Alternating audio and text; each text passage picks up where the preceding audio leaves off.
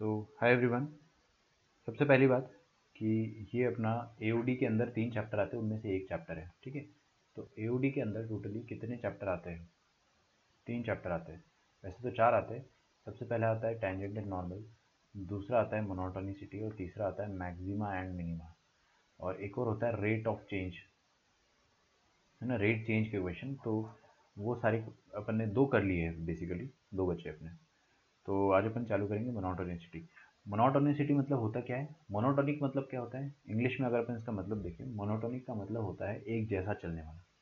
जैसे कि अभी हमारी लाइफ है, एक जैसी चल रही है ना, सेम रूटीन, कुछ भी चेंजेस नहीं आ रहे। ऐसा नहीं हो रहा ना कि अपन एक दिन घर पे बैठे, दूसरे दिन हम बाहर घूमने चले गए सिटी में, तीसरे दिन हम गोवा चले गए, चौथे दिन हम यूएसए चले गए। ऐसा नहीं हो रहा हमारे साथ। हमारे साथ रोज़ एक ही चीज़ हो रही है मोस्टली, ठीक है। तो उसको क्या कहते हैं? एक जैसी चीज़ों का इवेंट होना, वो मोनोटोनिसिटी होती है। अब मोनोटोनिक नेचर के फंक्शन होते हैं, मैं लिखूंगा अभी नहीं, अभी अपन सिर्फ बातें करते हैं। फंक्शंस जो होते हैं वो मोनोटोनिक नेचर के होते हैं। जैसे कुछ फंक्शन जो होते हैं वो बढ़ते जाते हैं, समझ रहे हो? तो उसको अपन क्या कहेंगे? Monotonically increasing. कुछ फंक्शन जो डिक्रीज होते जाते हैं तो अपन उसको बोलेंगे मोनोटोनिकली डिक्रीजिंग। समझ आ रहा है? अच्छा, कुछ फंक्शंस जो है कांस्टेंट चलते हैं तो अपन क्या बोलेंगे? Neither increasing not decreasing. तो हम फंक्शन के रेस्पेक्ट में बात करेंगे मोनोटोनिसिटी की बातें, है ना। अच्छा, तो सबसे पहले हम लिखेंगे, लिखिए, it deals with how to draw exact graph, how to draw exact graph. Sir मैंने भी भेजा है कल का homework. Okay, I will write your name, है ना, क्योंकि मैं अभी स्क्रीन बैक नहीं कर पाऊंगा।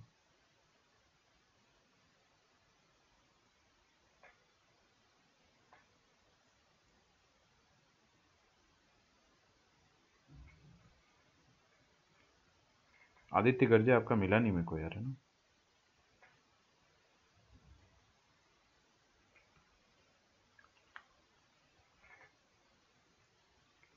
कोई बात नहीं। deals with how to draw exact graph of the functions involved, या सिंपली लिखिए of the functions,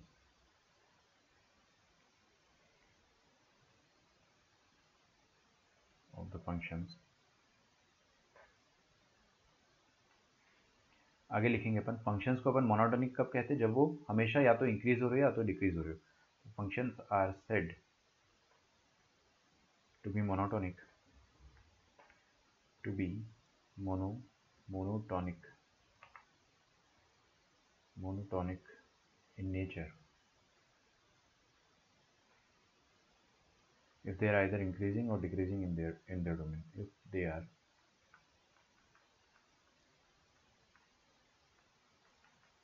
either increasing or decreasing in their domain.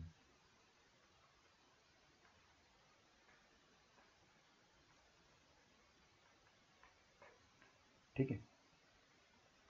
जैसे हमारे सामने अगर एक फंक्शन में बनाऊं, so this is one function,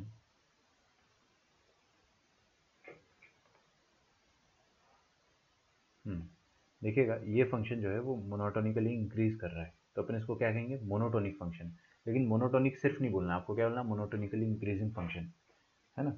ये किसका ग्राफ है बताइए? ये ग्राफ है ई की पावर एक्स का। और अगर मैं आपके सामने एक ग्राफ और बनाता हूँ y is equal to x का, तो y is equal to x increasing function है या decreasing function? y is equal to x increasing function है। दिख रहा है आपको? समय के साथ साथ वो ऊपर चलते जा रहा है। आपको लेफ्ट टू राइट देखना हमेशा ना। आप अगर राइट टू लेफ्ट देखोगे तो जाहिर सी बात है आपको डिक्रीजिंग दिखेगा। ऐसे देखोगे तो आपको डिक्रीजिंग दिखेगा ना, लेकिन वैसे देखते थोड़ी अपन। हमेशा अपन एक्स एक्सिस में इन्फिनिटी की तरफ मूव करते हैं।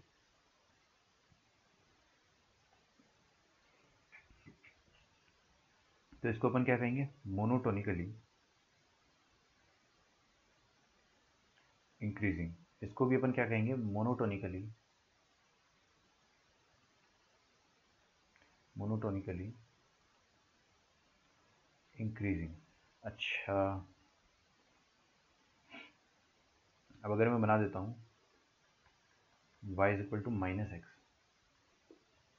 ठीक है, तो y is equal to minus x अगर अपन बनाते हैं,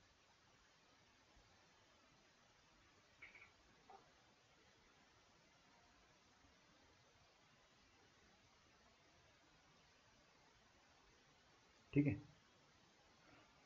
तो y is equal to minus x होता है ऐसा ग्राफ। हाँ भाई, y is equal to minus x, ये इंक्रीजिंग है या डिक्रीजिंग है? This is decreasing. तो आप क्या बोलोगे? मोनोटोनिकली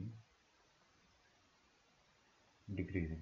अब अगर मैं एक ग्राफ और बनाता हूँ, देखिएगा ध्यान से, y is equal to minus of L N x, तो माइनस एल एन एक्स की बात हो रही है यहाँ पे, प्लस एल एन एक्स की बात नहीं हो रही है, माइनस एल एन एक्स की बात हो रही है।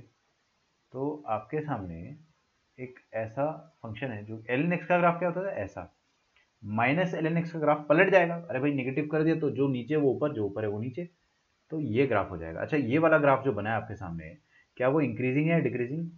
डिक्रीजिंग, हमेशा डिक्रीजिंग।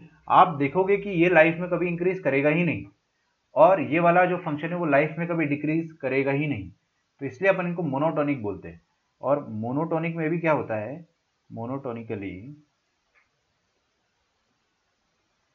डिक्रीजिंग, ठीक है, लिखे यहाँ तक। अच्छा, मैं आपको बता चुका हूँ पहले भी, आपको आज हम लोग बातें करेंगे बस, ठीक है, कुछ भी नहीं है, थोड़ा सा बात करेंगे अपन, और will just try to relax, कोई हाई फाई चीज़ें नहीं अपन डिस्कस करने वाले। एंड ज़रूर ज्वाइन करें आप, है ना, मस्ती करेंगे बस, इन शॉर्ट अपन आज जो भी अपना गूगल मीट होगा उसमें मस्ती करेंगे शाम को, अभी नहीं, अभी तो अपन पढ़ाई करेंगे। अच्छा बताओ, कुछ फंक्शन जो होते हैं वो हमेशा ऊपर जाते हैं, कुछ फंक्शन हमेशा नीचे आते हैं, लेकिन कुछ फंक्शन जो होते हैं वो इंसानों की तरह होते हैं, कभी ऊपर जाते कभी नीचे आते, कभी ऊपर जाते कभी नीचे आते, सही बात है। तो ऐसे फंक्शन को अपन क्या कहते हैं? नॉन मोनोटोनिक फंक्शन, है ना।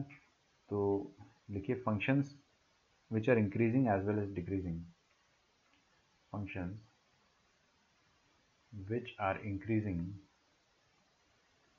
as well as decreasing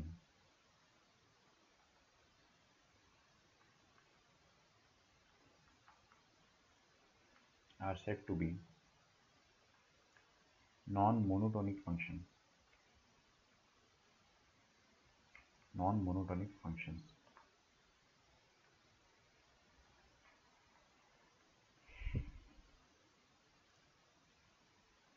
ठीक है, और इसमें अगर आपको एग्जांपल देना हो तो आप क्या क्या एग्जांपल दोगे?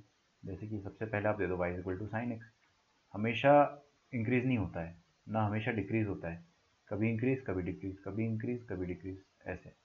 या बोल दो y is equal to x minus one into x minus two, ये वाला फंक्शन भी अगर आप देखोगे तो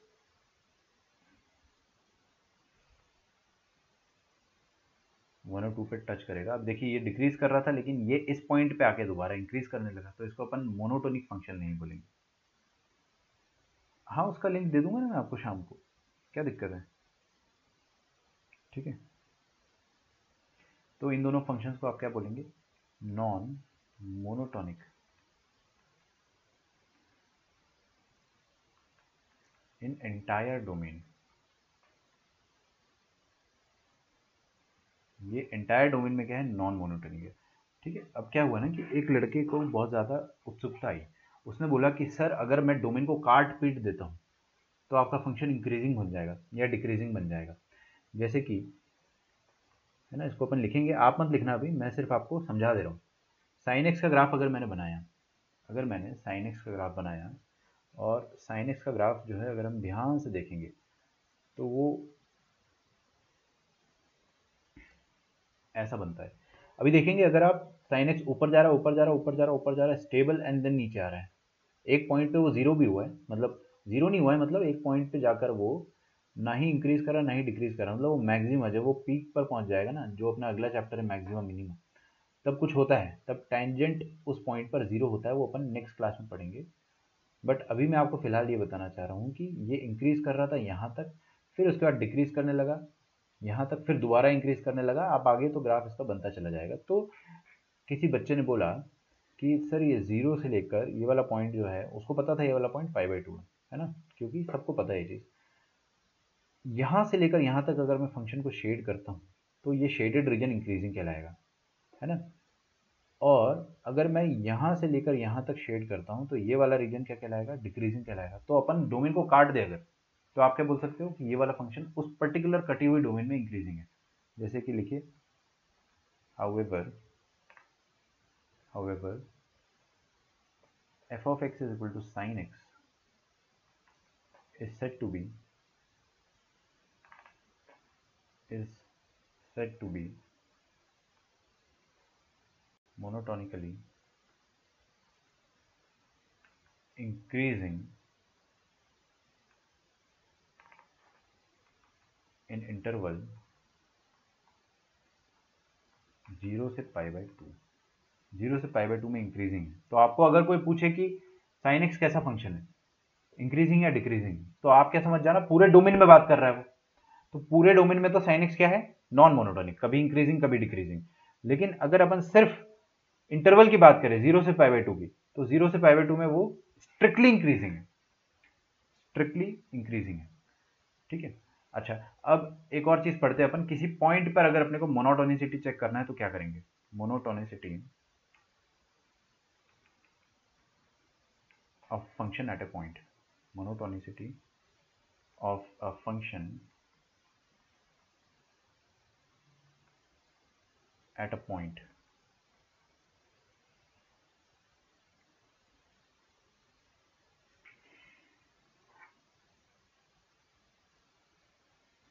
monotonicity of a function at a point.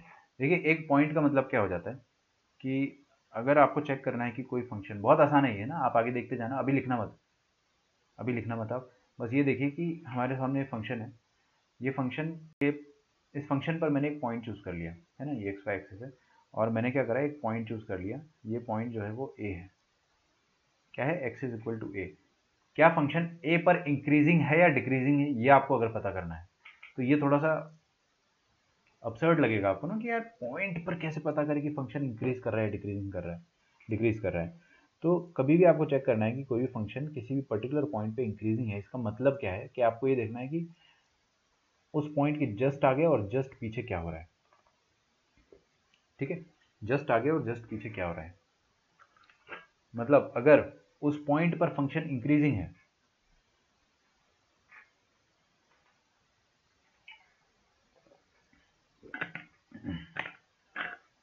उस पॉइंट पर अगर फंक्शन इंक्रीजिंग है, देखिए इधर फोटो में देखिए, उस पॉइंट पर अगर फंक्शन इंक्रीजिंग, तो फंक्शन से जस्ट पहले, उस पॉइंट से जस्ट पहले अगर आप देखोगे, मतलब जस्ट पहले मतलब थोड़ा सा पहले, a माइनस एच पर वैल्यू जो है फंक्शनल वैल्यू से कम आ रही है ना।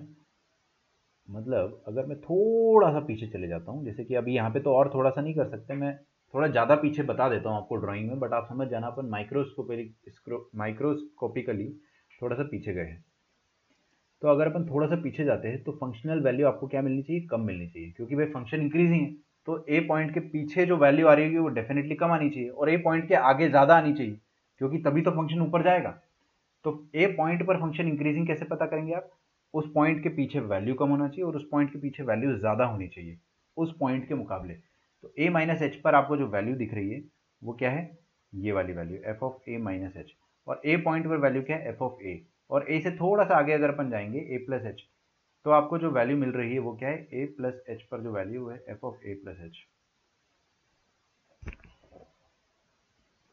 ठीक है।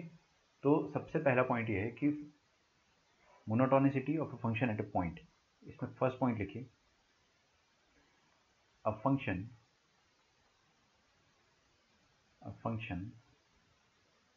is said to be monotonically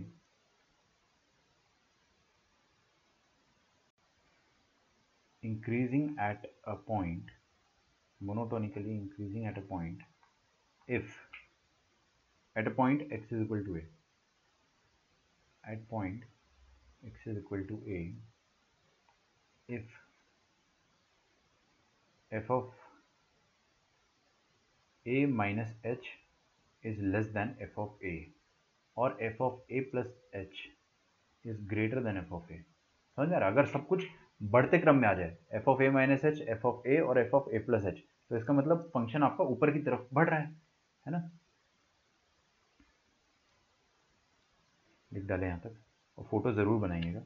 और स्ट्रिक्टली डिक्रीजिंग के लिए अगर उस पॉइंट पर अगर आपको बोला जाए कि फंक्शन डिक्रीजिंग है तो function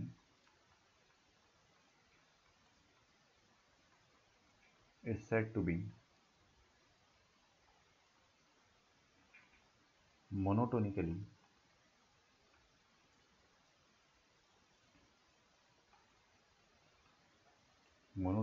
decreasing at point x is equal to a if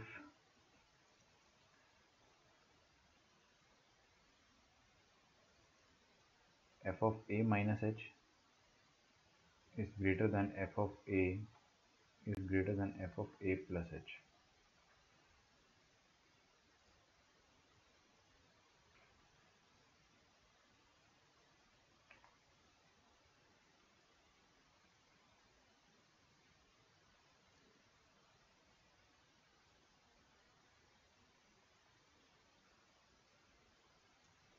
मान लो ये फंक्शन है अपने पास और इस फंक्शन पर अगर मैं कोई पॉइंट लेता हूँ x is equal to a,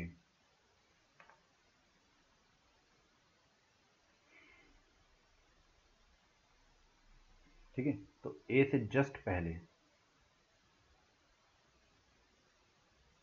क्या पॉइंट होगा? a माइनस एच, और a के जस्ट बाद कोई पॉइंट रहा होगा a प्लस एच। ये बहुत माइक्रोस्कोपिकली आगे पीछे देख रहे हैं अपन, ज़रा सा आगे ज़रा सा पीछे, तो आपको नज़र आ जाएगा कि f of a minus H ये है और f of a plus H ये वाला वैल्यू है। सॉरी, ये a प्लस एच नहीं है, सिर्फ f ऑफ a है और ये वाला है f of a plus H, है ना? तो ये वाला जो वैल्यू है, नीचे वाला जो वैल्यू है वो सबसे छोटा है, f of a plus H दिख रहा है सबसे छोटा है, उससे बड़ा f ऑफ a, फिर सबसे बड़ा f of a minus h. आ रहा है ना समझ में?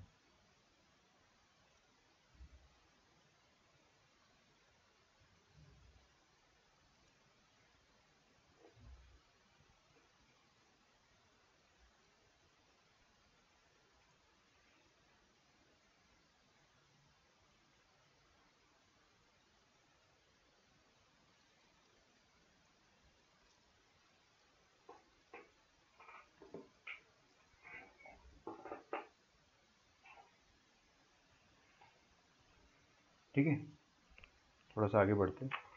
क्वेश्चन अपन इसमें काफ़ी टाइम लगेगा तब करेंगे।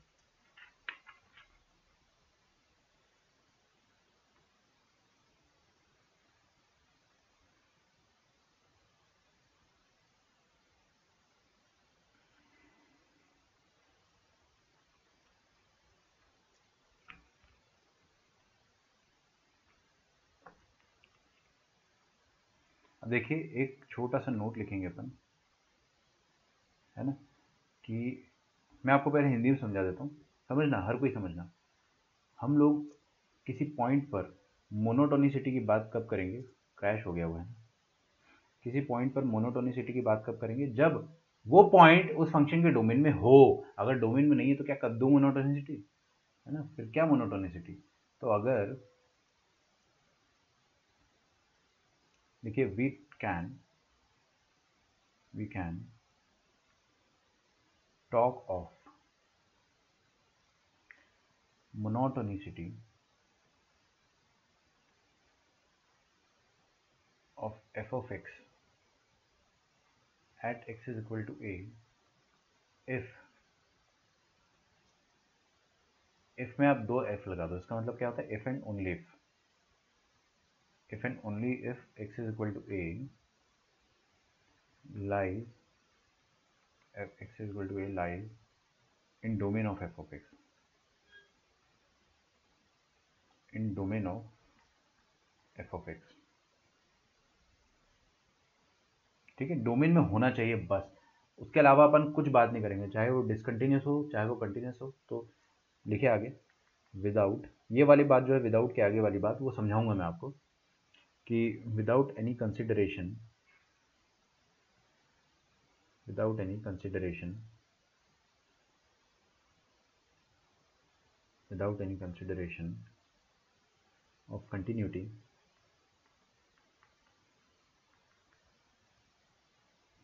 or differentiability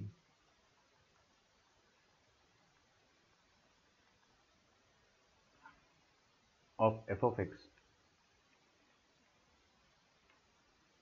at x is equal to a। ठीक है, वो पॉइंट जो है बस डोमेन में होना चाहिए, कंटिन्यूस डिसकंटिन्यूस तो हम बात की बात देखेंगे।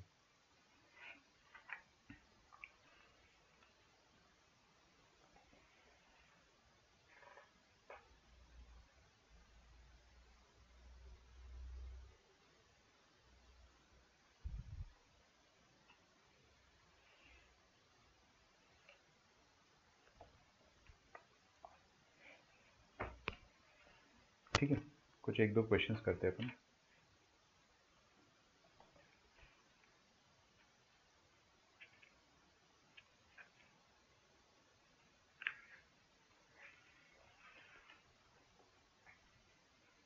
देखिए सबसे पहले अपन इसका कुछ एग्जांपल लिख लो आप।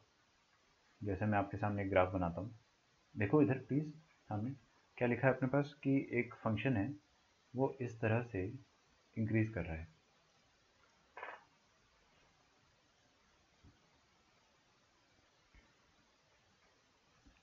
अच्छा देखो ये वाला पॉइंट जो है ना, इसको मैं x इज इक्वल टू ए कह देता हूँ। ठीक है, अच्छा पॉइंट ए पर फंक्शन डिफरेंशिएबल है क्या? ये तो आउट ऑफ कॉन्टेक्स्ट क्वेश्चन हो गया। मोनोटोनिसिटी नहीं पूछ रहा हूँ मैं आपसे, मोनोटोनिसिटी मैं आपसे नहीं पूछ रहा हूँ, मैं आपसे बस इतना पूछ रहा हूँ कि ए पर फंक्शन डिफरेंशिएबल है?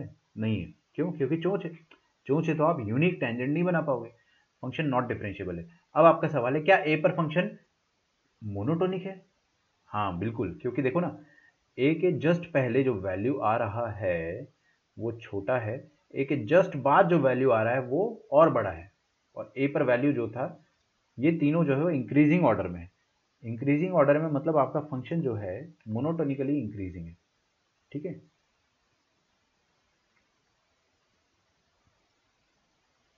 तो ये a माइनस एच हो गया, ये a प्लस एच हो गया। आप लिखिए function is monotonic at x is equal to a despite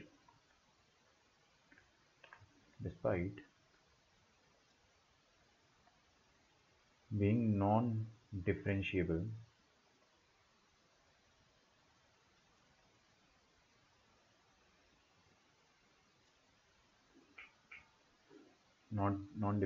at x is equal to a।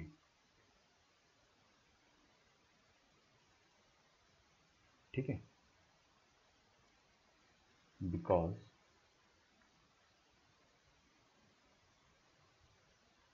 F of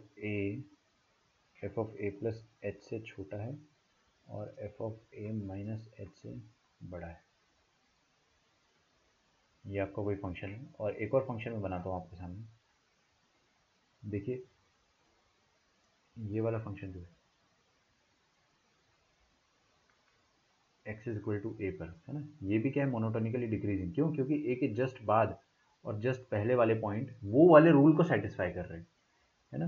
F of x is monotonically decreasing at x is equal to a since despite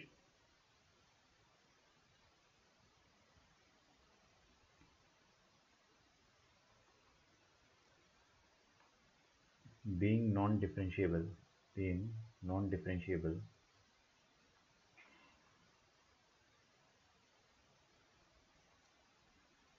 at x is equal to a because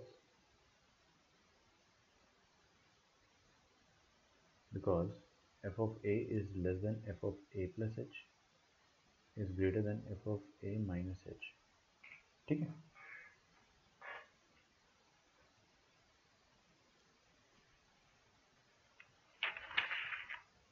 आ रहा है क्या समझ में? अच्छा, अगर discontinuity की बात करूँ मैं, है ना, डिसकंटिन्यूटी की अपन बात करते हैं तो फंक्शन डिसकंटिन्यूस होते हुए भी मोनोटोनिक हो सकता है, क्योंकि अगर मैं कुछ ऐसा ग्राफ बना लूँ, देखिएगा, है ना, ये मैंने ग्राफ बना दिया फंक्शन का,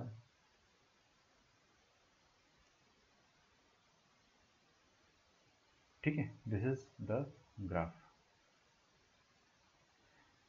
और ये जो पॉइंट है, this point is x equals a, है ना। आप देखो बच्चों, ये फंक्शन तो इंक्रीज कर ही रहा है, भले ही बीच में एक बार गड्ढा आ गया, बट गड्ढे से पार करने के बाद भी उसने इंक्रीज करना नहीं छोड़ा ना। ये वाले गड्ढे से पार करने के बाद भी उसने इंक्रीज करना नहीं छोड़ा। तो आप क्या बोलेंगे, ये थर्ड केस ले लो इसका, वो सेकंड फर्स्ट हो गए, example 1, example 2, example 3। Despite discontinuity at x is equal to a, f of x is monotonically increasing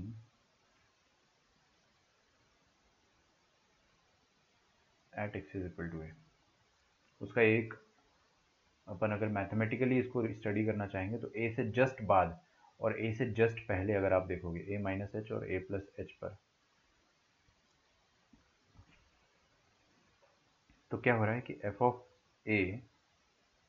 of a plus H और f of a minus H ये बढ़ते क्रम में है, इंक्रीजिंग ऑर्डर में, इस कारण ये मोनोटोनिकली इंक्रीजिंग हो गया।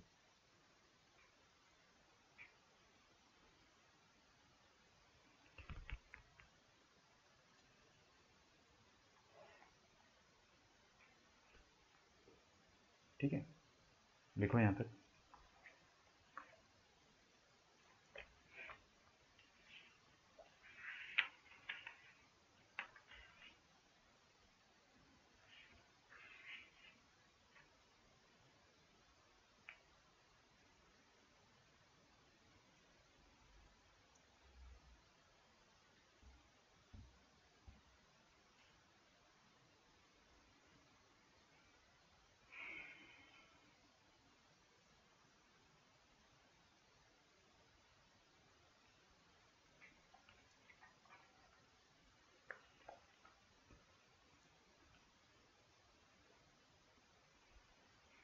अगला टॉपिक लिखिए आप, मोनोटोनिसिटी। अच्छा, कल आपकी क्लास रहेगी, है ना, इन an interval, monotonicity in an interval.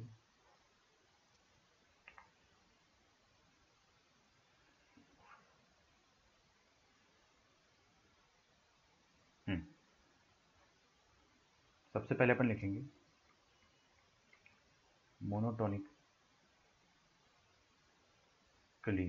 Increasing in an interval, monotonically increasing in an interval.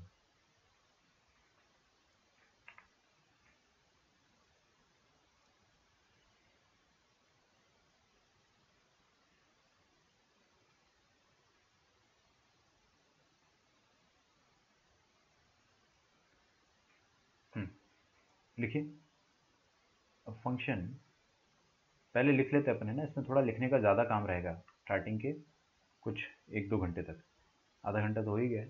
Function f of x is said to B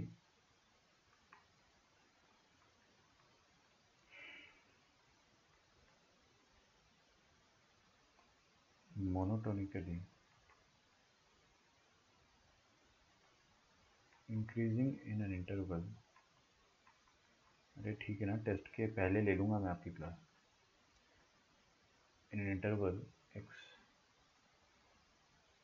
a comma b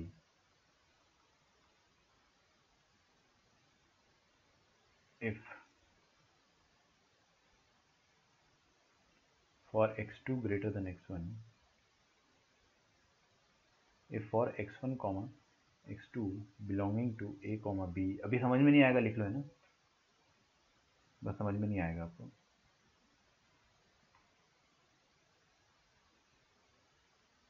b such that x1 greater than x2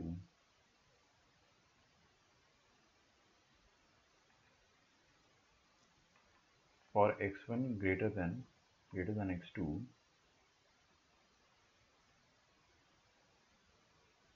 it implies that f of x1 is also greater than f of x2. लिखो पहले आप, है ना।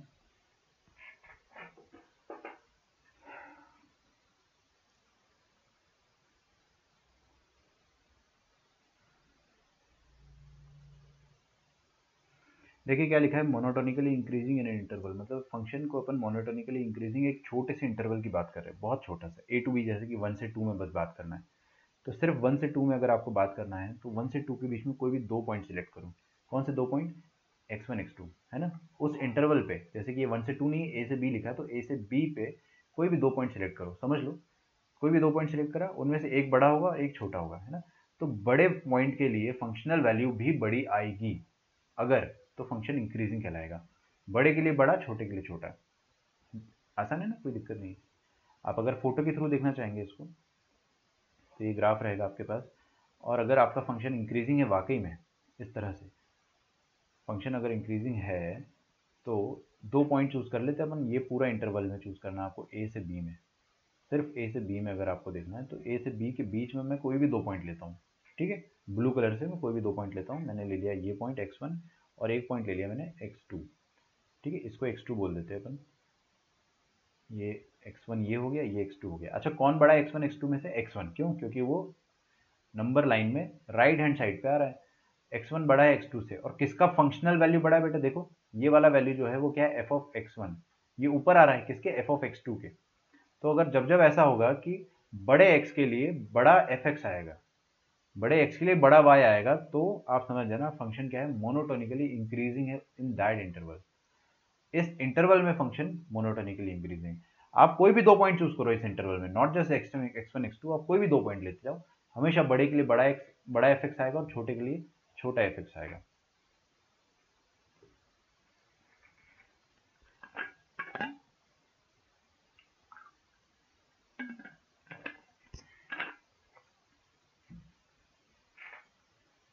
है ना।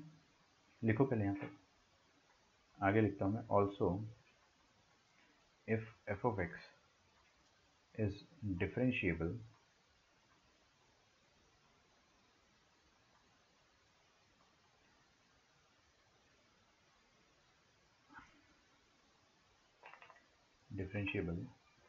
for all x belonging to a comma b,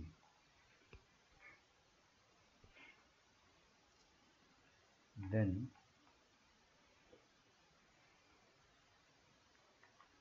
f of x is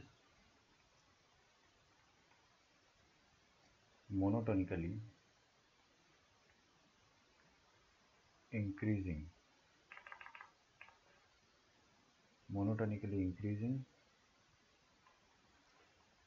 in this interval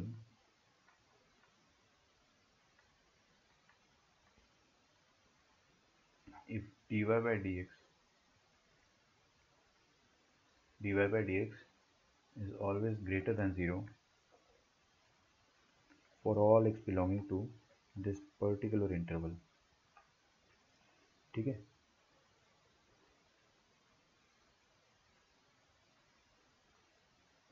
5 star लगा दिए मैंने, अभी समझाया नहीं है, सिर्फ लिखवाया है, तो आप भी सिर्फ लिख लो, समझने का काम अपन करेंगे, ठीक है।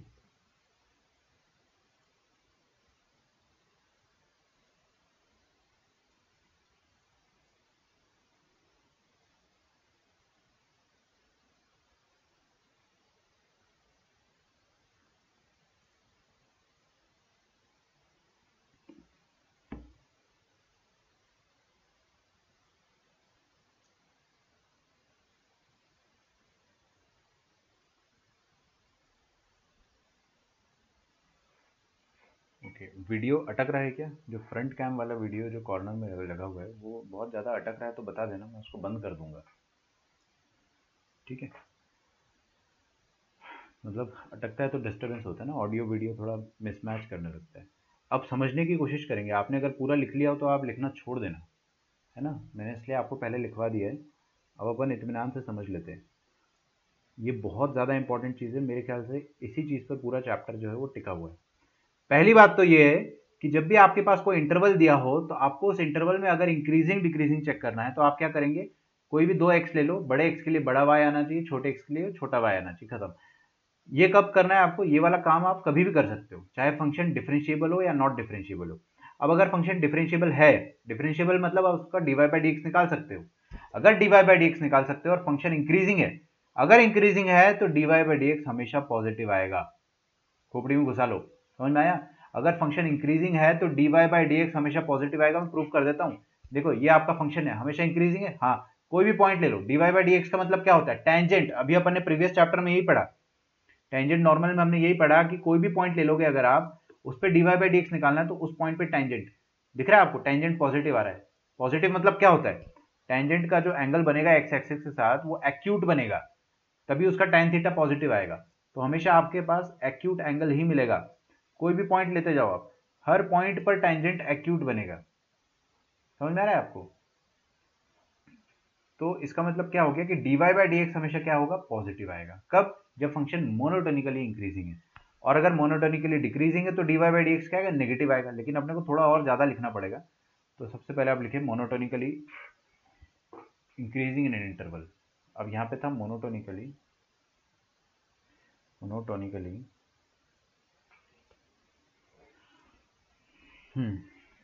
monotonically decreasing, monotonically decreasing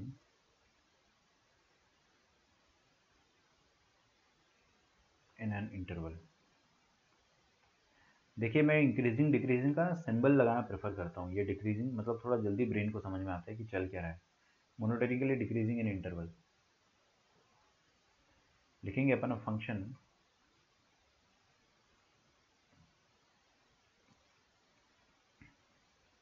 f of x is said to be monotonically decreasing in an interval a comma b, in an interval a comma b if for all x1 comma x2, for all x1 comma x2 belonging to that interval a comma b, है ना, such that x1 is greater than x2,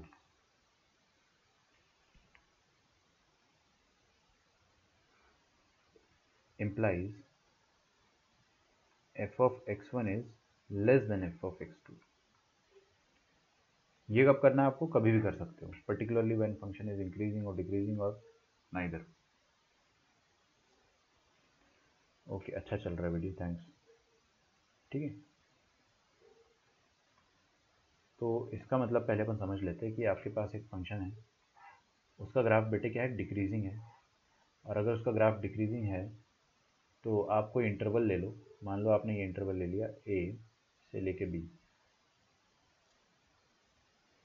इस interval में अगर आपने कोई भी दो point लिए, कोई भी दो पॉइंट, चाहे वो x1 है, x2 और x1, कोई भी दो पॉइंट लिया आपने, कौन बड़ा है इन दोनों में से, x1 बड़ा है, तो x1 को मैंने आगे बनाया है ना, x2 को पीछे बनाया। अब देख लिया आप, बड़े पॉइंट पर वैल्यू छोटा आ रहा है क्योंकि फंक्शन गिर रहा है ना, ऐसे नीचे नीचे जा रहा है। तो जो आगे पॉइंट आएगा उस पर वैल्यू और छोटा होते जाएगा ना, और जो पीछे वाला पॉइंट होगा उस पर वैल्यू बड़ा रहेगा। तो आगे वाले पॉइंट पर जो वैल्यू आएगा वो और छोटा हो जाएगा। दिख रहा है आपको, f of x1 और f of x2, समझ में आ रहा है ना। ये अपने को काम कब करना है, जब फंक्शन डिफरेंशिएबल ना हो। डिफरेंशिएबल कब नहीं होता है फंक्शन, जब या तो डिसकंटिन्यूस हो जाए या तो उसमें चोंच आ जाए। ठीक है, अब अगर डिफरेंशिएबल हो तो मैं क्या करता हूँ ना, ऊपर वाली जो सेंटेंस है इसको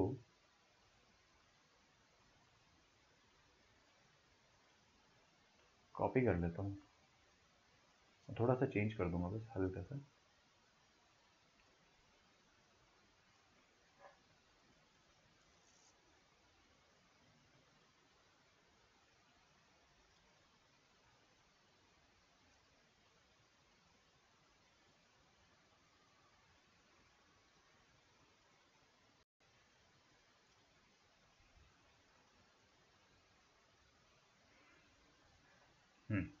देखिए also if function is differentiable for all x belonging to a comma b, then function is monotonically decreasing in this interval if dy by dx is always negative। आपका स्लोप जो है वो हमेशा हर पॉइंट पर slope negative आए, इस interval के हर point पर स्लोप क्या है, हमेशा नेगेटिव आए। तो सर ये तो कितनी अच्छी टेक्निक हो गई ना, आपको मैंने फंक्शन दिया और मैंने बोला चेक करो फंक्शन इंक्रीजिंग है डिक्रीजिंग है, आपने उसको डिफरेंशिएट करा, चेक कर लो डिफरेंशिएशन पॉजिटिव आता है या नेगेटिव आता है उस इंटरवल में।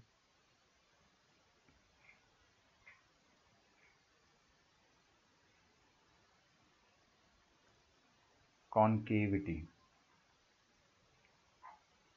कॉन्केविटी, ठीक है, अगला टाइटल लिख लीजिए कॉन्केविटी।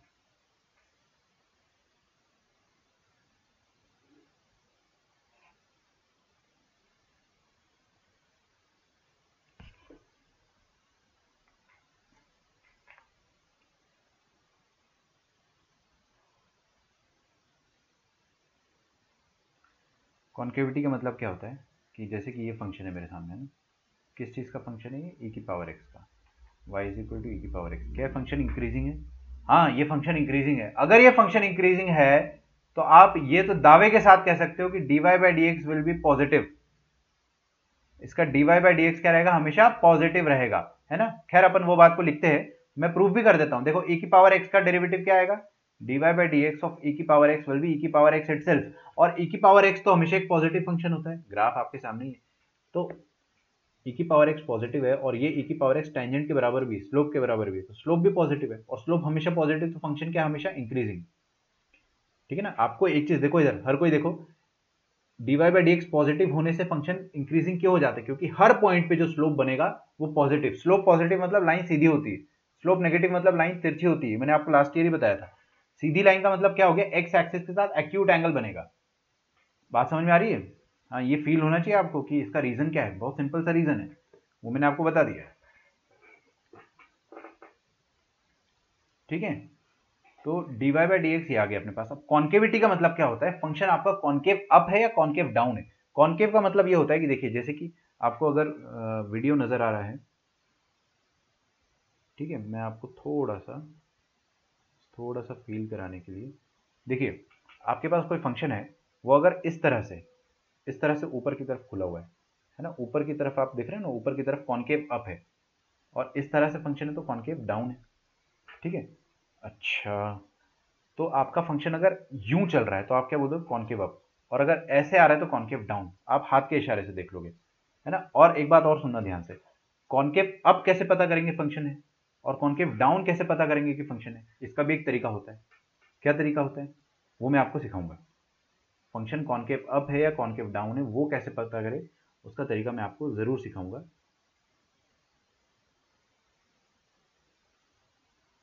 ओके चलिए, अब तरीका सीखते हैं, पता कैसे करेंगे। आप क्या करो, डबल डेरिवेटिव निकालो फंक्शन का, d two y by d x square, और अगर d two y by d x square positive आ गया, डबल डेरिवेटिव पॉजिटिव आ गया, मतलब आपका ग्राफ कॉन्केव अप है, ठीक है। डबल डेरिवेटिव पॉजिटिव आ गया मतलब it implies that the graph is concave upwards, concave upwards, ठीक है। और मैं एक ग्राफ ले लेता हूं आपके सामने, y is equal to L N x, y is equal to L N x का जो ग्राफ है वो कॉन्केव अप है कॉन्केव डाउन है,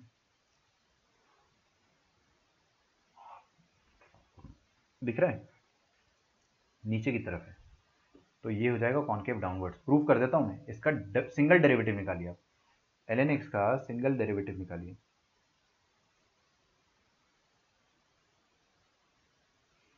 एक मिनट रुकिए,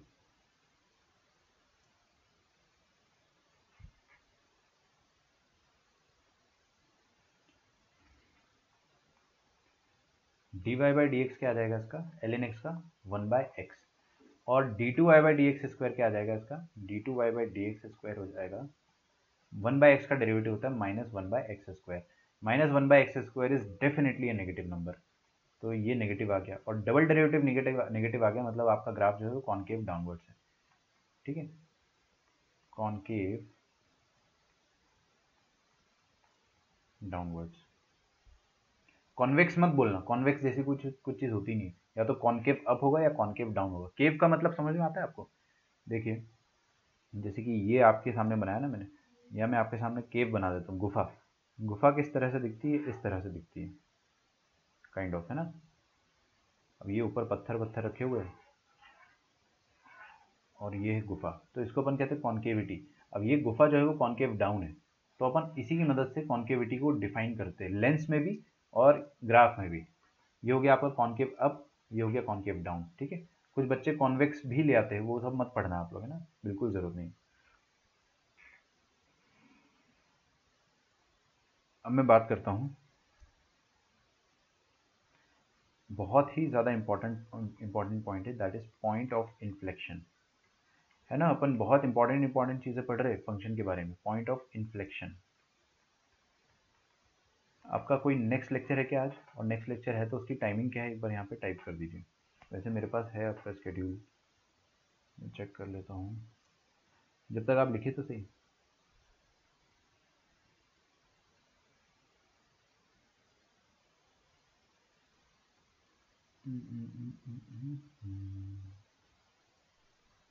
ये रहा, तो सैटरडे को, ओके 2 से 4 लगाया ना आपका, बहुत ही बढ़िया। 2 घंटे का लगाया था मैंने, बट 1.5 घंटा तो अपना फिर भी हो जाएगा। पॉइंट ऑफ इन्फ्लेक्शन का मतलब क्या होता है, मैं आपको पहले शुद्ध हिंदी में समझाता हूँ, एंड आई गारंटी आपको एक बार में समझ आ जाएगा। ठीक है, कॉन्केविटी का मतलब क्या होता है वो समझना आप। देखिए, आपका कोई फंक्शन था, वो पहले कॉन्केव डाउन था, किसी पॉइंट पर वो एकदम से कॉन्केव अप हो गया, मतलब वो कॉन्केव डाउन चला और फिर एकदम से अप हो गया। तो जिस पॉइंट पे कॉन्केविटी बदली, है ना, जिस पॉइंट पे कॉन्केविटी चेंज हुई है, उस पॉइंट को अपन क्या कहेंगे, पॉइंट ऑफ इन्फ्लेक्शन। नहीं आया समझ में? आपका फंक्शन जो है कॉन्केव डाउन चल रहा था, कॉन्केव डाउन चल रहा था, एकदम से कॉन्केव अप हो गया, समझ आ रहा है? कॉन्केव डाउन डाउन डाउन और अप हो गया, तो ये जिस पॉइंट पे उसने कॉन्केविटी चेंज करी उसको अपन कहेंगे पॉइंट ऑफ इन्फ्लेक्शन। आप देखिए कितनी क्रिटिकल चीजें बता रहा हूं मैं आपको, ग्राफ के रिस्पेक्ट में आपको सब कुछ समझ में आ रहा है कि फंक्शन कब कब इंक्रीज होगा, ऊपर की तरफ जाएगा, कब डिक्रीज होगा, है ना, इंक्रीजिंग डिक्रीजिंग अपने को समझ में आ रहा है। अब कब इंक्रीज होते हुए या कब उसकी कॉन्केविटी ऊपर होगी, कॉन्केविटी ऊपर के लिए अपन क्या देखेंगे, डबल डेरिवेटिव। तो अभी तक अपन ने जो चीज पढ़ा है मैं आपको शॉर्ट करके बताता हूँ, शॉर्ट करके अपन देखते हैं। सबसे पहले हमने देखा फंक्शन कब इंक्रीज करेगा, तो फंक्शन विल इंक्रीज, हमेशा इंक्रीज कब करेगा, जब d y by d x positive हो, समझ में आ रहा है, और d y by d x negative आ गया तो फंक्शन डिक्रीज करेगा, है ना। अच्छा, ठीक है, इंक्रीजिंग डिक्रीजिंग के लिए single derivative d y by d x, सबकी खोपड़ी में घुस गया, इंक्रीजिंग फंक्शन के लिए सिंगल डेरिवेटिव, है ना। अच्छा, फिर इंक्रीज करने के बाद हमारे मन में उत्सुकता आई कि सर फंक्शन के ग्राफ में आप ये भी बता दो कि कॉन्केविटी कैसी रहेगी, कॉन्केव अप रहेगा, कॉन्केव डाउन रहेगा, और कब कैसा रहेगा। तो हमने कहा कि ठीक है, डबल डेरिवेटिव निकाल लो। अगर डबल डेरिवेटिव हमेशा पॉजिटिव है तो ऑलवेज कॉन्केव अप, अगर डबल डेरिवेटिव हमेशा नेगेटिव है तो ऑलवेज कॉन्केव डाउन। अच्छा, और अगर डबल डेरिवेटिव कभी पॉजिटिव कभी नेगेटिव, मतलब कभी कॉन्केव अप कभी कॉन्केव डाउन, जिस पॉइंट पर कॉन्केविटी चेंज हो रही है उसको अपन कहेंगे पॉइंट ऑफ इन्फ्लेक्शन। समझ में आ गया सबको पॉइंट ऑफ इन्फ्लेक्शन क्या होता है? ठीक है, चलो, होपफुली आप लोगों को समझ में आया होगा।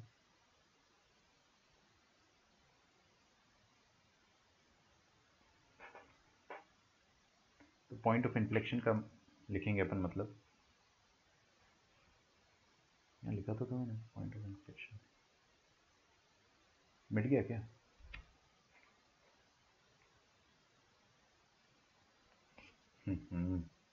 Point of inflection,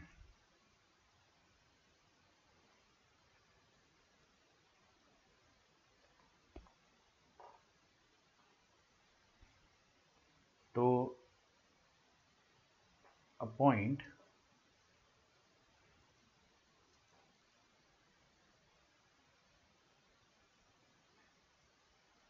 where the function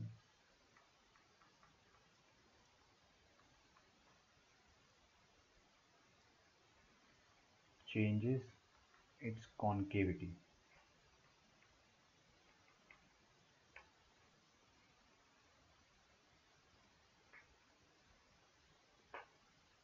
Point where function changes its concavity. ठीक है,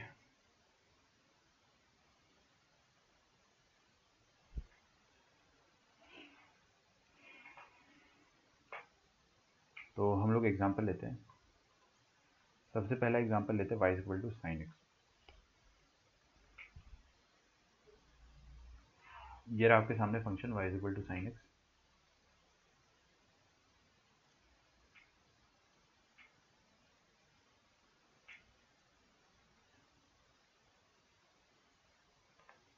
ओके, अच्छा नोटिस करो फंक्शन को आप,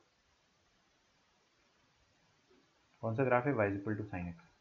बच्चों ध्यान से देखना है ना, काफ़ी इजी है, ज़्यादा मुश्किल नहीं है। ये पॉइंट्स मार्क करते हैं अपन, 0 पाई 2 पाई 3 पाई 4 पाई एंड सो ऑन। ठीक है,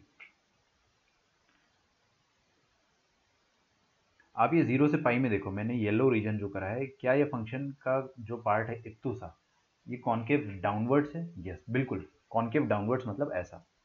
और एकदम से इस पॉइंट पर आके, पाई पर आकर इसने कॉन्केविटी चेंज कर ली। अब ये कॉन्केव डाउनवर्ड से एकदम से अपवर्ड हो गया है ना, पहले डाउनवर्ड था फिर ये अपवर्ड हो गया। अच्छा, तो जिस पॉइंट पर कॉन्केविटी चेंज हुई है, जिस पॉइंट पर कॉन्केविटी चेंज हुई है उसको अपन कहेंगे पॉइंट ऑफ इन्फ्लेक्शन। आ रही बात समझ में? तो this is your point of inflection, point of inflection.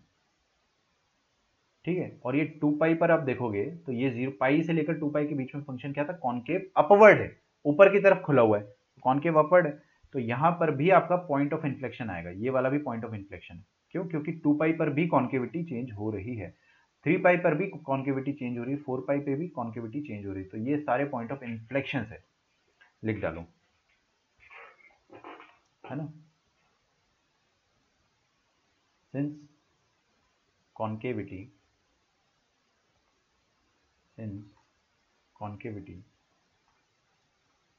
changes at these points, मतलब at x is equal to 0, pi, 2 pi, 3 pi, dot dot dot,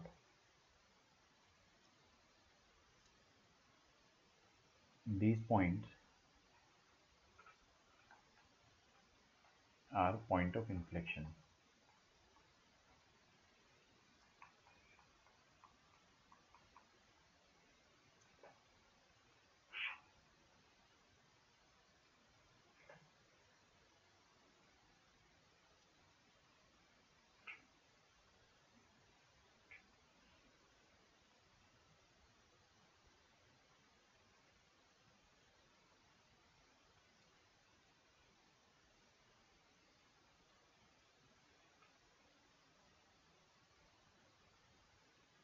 point of inflection change होता रहेगा, change मतलब multiple point of inflection हो सकते हैं। जैसे कि यहाँ पर एक पॉइंट ऑफ इन्फ्लेक्शन हमारे पास क्या है, एक पॉइंट ऑफ इन्फ्लेक्शन है पाई, फिर एक है 2 पाई, फिर 3 पाई, 4 पाई, तो ये सारे पॉइंट ऑफ इन्फ्लेक्शन है। यहाँ पर कॉन्केविटी चेंज है, तो आप ये बोल सकते हो कि पॉइंट ऑफ इन्फ्लेक्शन पर कॉन्केविटी चेंज होती रहेगी। अब एक $1,000,000 क्वेश्चन है कि सर आपने ये बता दिया कि कॉन्केविटी कैसे चेक करें, upward downward.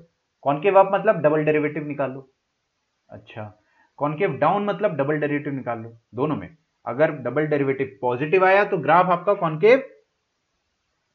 Concave upwards, positive आया तो अपवर्ड, नेगेटिव आया तो डाउनवर्ड। और एक मिनट, आपका कोई और कमेंट आया क्या?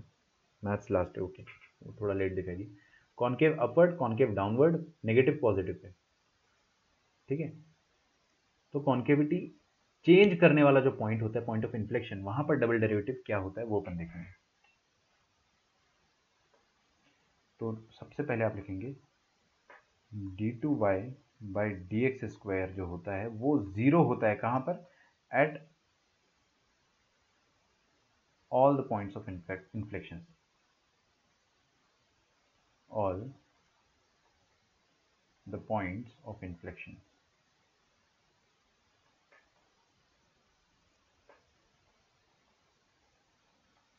Inflections.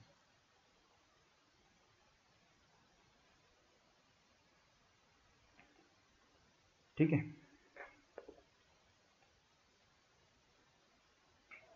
तो आप क्या बोलेंगे, लिखो यहाँ पे, जब भी आपको चेक करना हो, सुनना मेरी बात आपकी एकदम खोपड़ी तक घुसनी चाहिए। जब भी मैं आपको बोलता हूँ कि पॉइंट ऑफ इन्फ्लेक्शन निकालो, तो आप क्या करोगे, डबल डेरिवेटिव को जीरो से इक्वेट करोगे। मतलब to get point of inflection, to get point of inflection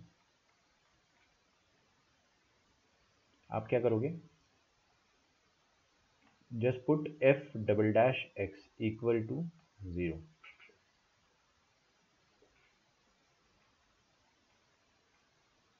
The solution of this equation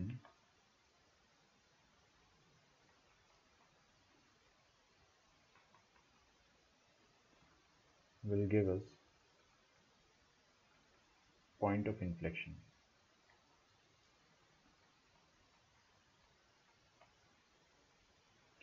ठीक है, इसी के अंदर एक छोटा सा एग्जांपल ले लेता हूँ, पॉइंट नंबर 1 के अंदर ही चल रहा है सब कुछ।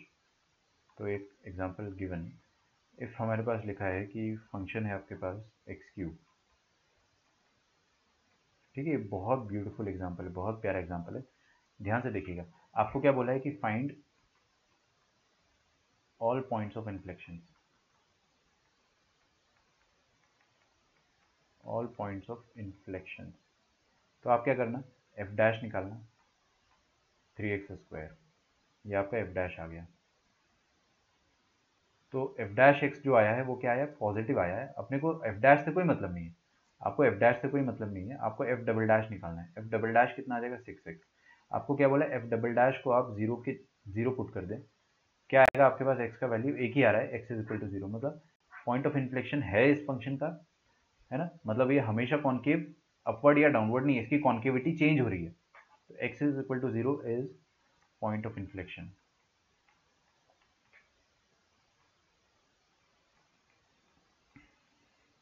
ठीक है, x is equal to zero जो है वो पॉइंट ऑफ इन्फ्लेक्शन है।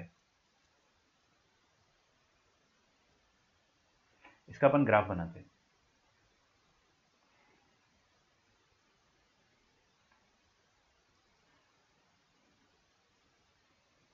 हर कोई, क्लास का हर बच्चा जो है वो लिखना छोड़ दे। इसका ग्राफ देखिए ऐसा बनेगा, ये देखिए आप एक चीज़, चलो मैं आपको एक चीज़ बताता हूँ। हमने इसका डबल डेरिवेटिव निकाला, इस फंक्शन का डबल डेरिवेटिव निकाला, जीरो से पुट करा, तो x is equal to zero क्या है, पॉइंट ऑफ इन्फ्लेक्शन। मतलब x जीरो है तो y कितना है, अगर x जीरो है तो y कितना है, y भी जीरो है, मतलब जीरो क्यूब। तो मतलब ओरिजिन जो पॉइंट है वो क्या है, पॉइंट ऑफ इन्फ्लेक्शन है। सुनते जाना ध्यान से, और आपकी नजर हटनी नहीं चाहिए। इसका सिंगल डेरिवेटिव निकाला था 3x², और मैंने आपको क्या बताया कि सिंगल डेरिवेटिव मतलब dy बाई डी एक्स अगर पॉजिटिव आए तो फंक्शन इंक्रीजिंग है। ये देखिए 3x², square of A number is always positive, 3 तो पॉजिटिव है, positive into positive is positive, मतलब dy by d x positive आया। इससे अपने को क्या पता चला है कि function is monotonically increasing, monotonically increasing. ठीक है, थोड़ा हैंडराइटिंग से आप मैनेज कर लेना। फंक्शन इज मोनोटोनिकली इंक्रीजिंग, मतलब फंक्शन हमेशा ऊपर की तरफ जाएगा, है ना। तो देखिए आपका फंक्शन जो है वो पाताल लोक से चालू होगा, मतलब सबसे नीचे से चालू होगा। ये कैसे पता चला मुझे, अरे आप एक्स क्यूब की जगह माइनस इन्फिनिटी रखो, देखो इधर हर कोई, ये वाला पॉइंट जो है यहाँ पर इधर इधर पीछे जाओगे तो आपको माइनस इन्फिनिटी मिलेगा, है ना। जब आप माइनस इन्फिनिटी रखोगे तो आपको y में क्या मिलेगा, माइनस इन्फिनिटी का क्यूब, मतलब पाताल लोक।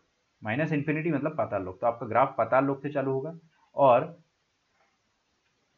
जीरो पर कॉन्केविटी चेक करेगा, चेंज करेगा, जीरो पर कॉन्केविटी चेक करेगा, सॉरी फिर से चेंज करेगा। तो देखिए ये आपका फंक्शन जा रहा है, जा रहा है, जा रहा है, अभी कॉन्केव डाउनवर्ड है, और एकदम से जीरो पर क्या हो जाएगा, वो चेंज करके अब कॉन्केव अपवर्ड करने लगेगा।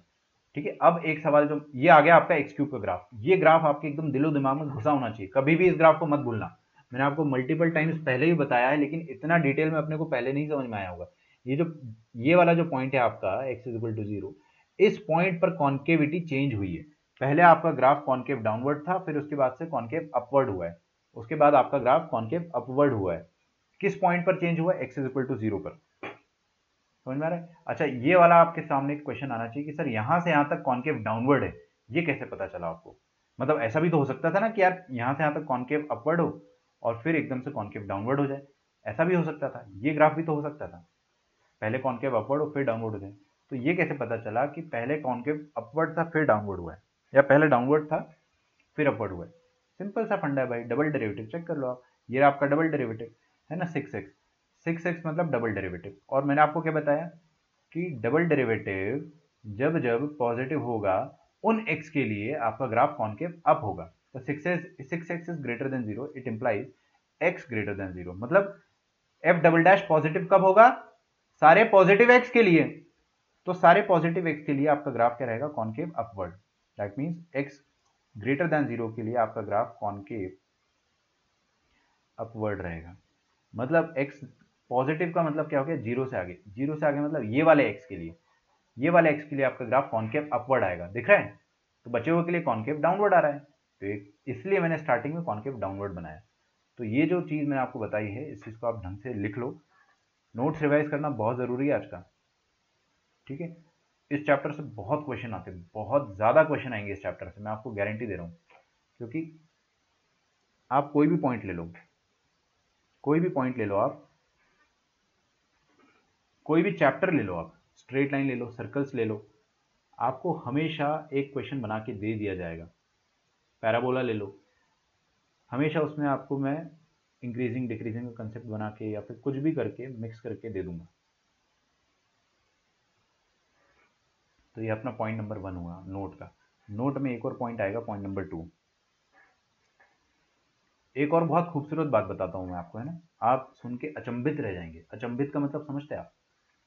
अचंभित कैसे रह जाएंगे?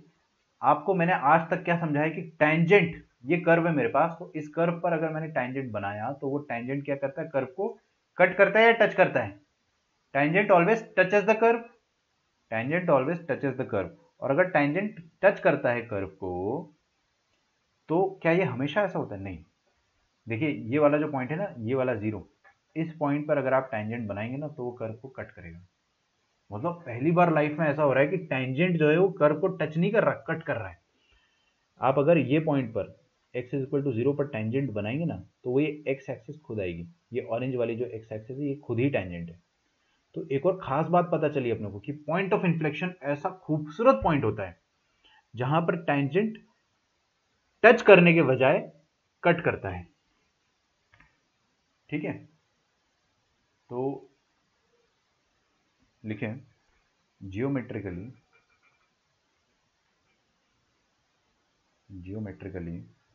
if at a point tangent lines crosses या cuts the curve, tangent lines crosses या cut the curve is called point of inflection।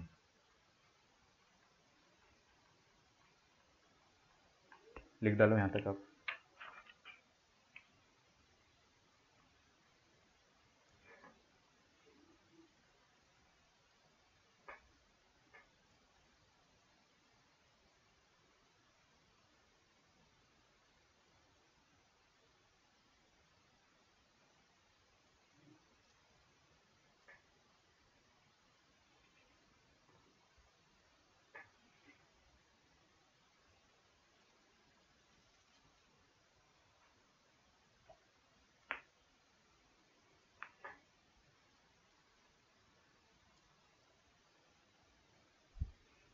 लिखा आपने?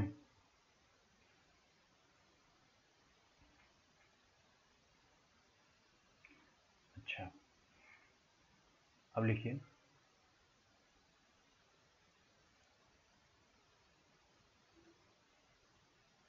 इंपॉर्टेंट नोट, ये ऊपर वाले नोट से हट कर है ना, स्ट्रिक्टली इंक्रीजिंग मोनोटोनिकली इंक्रीजिंग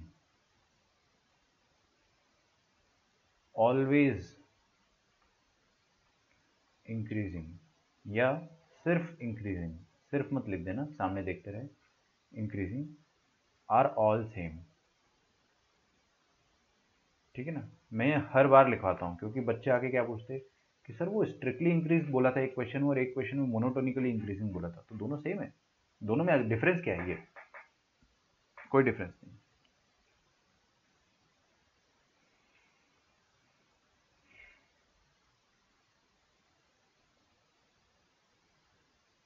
हाँ, पॉइंट ऑफ इन्फ्लेक्शन पे हर बार कट करेगा, पॉइंट ऑफ इन्फ्लेक्शन पे टेंजेंट जो है वो हर बार कर्व को कट करेगा कशिश। ठीक,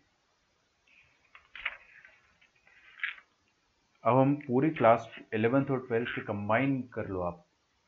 we are going to do the most interesting set of question, सबसे शानदार सबसे बेहतरीन क्वेश्चन करेंगे अपन अभी, जितना अपन ने पूरा अभी तक पढ़ा है ना उन सबको लेके। क्या? ग्राफ ड्रॉ करना। अब हम लोग एक्चुअल मायने में ग्राफ ड्रॉ करना सीखेंगे।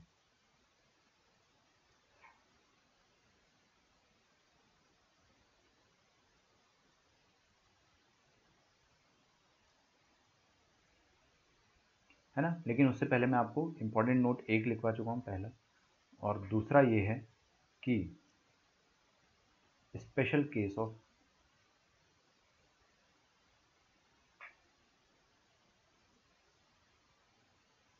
हाँ लिखिए, स्पेशल केस। ठीक है, ये स्पेशल केस है ना, कुछ आतंकवादी जैसे बच्चे होते हैं जिनके दिमाग में हमेशा ख्याल आते रहते हैं, तो वो लोग जब बहुत अच्छे अच्छे डाउट पूछते हैं तो ये स्पेशल केस बनते चले जाते हैं। ठीक है, आतंकवादी से मतलब मेटाफोरिकली समझना, असल में मैं उसको आतंकवादी नहीं कह रहा हूँ। स्पेशल केस में क्या है कि मान लो एक बच्चे ने पूछा कि सर x1 x2 से बड़ा है ना, तो इसका मतलब f of x1 f of x2 से बड़ा है, और अगर ऐसा ट्रू है, अगर ऐसा ट्रू है तो बड़े x के लिए बड़ा y आ रहा है, अगर ये ट्रू है तो फंक्शन हमेशा इंक्रीजिंग कहलाएगा, यही आपने सिखाया ना। हाँ, तो ठीक है, उसने मेरे से क्या पूछा वो भी आने वाला है, तो ये तो आपने सिखाया है, फंक्शन इज इंक्रीजिंग।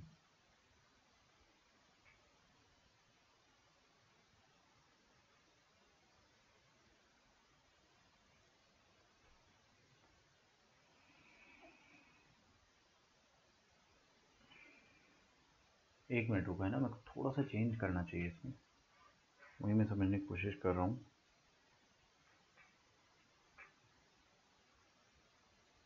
ये जो मैंने आपके सामने लिखा है, इस केस में तो फंक्शन इंक्रीजिंग होना चाहिए, है ना।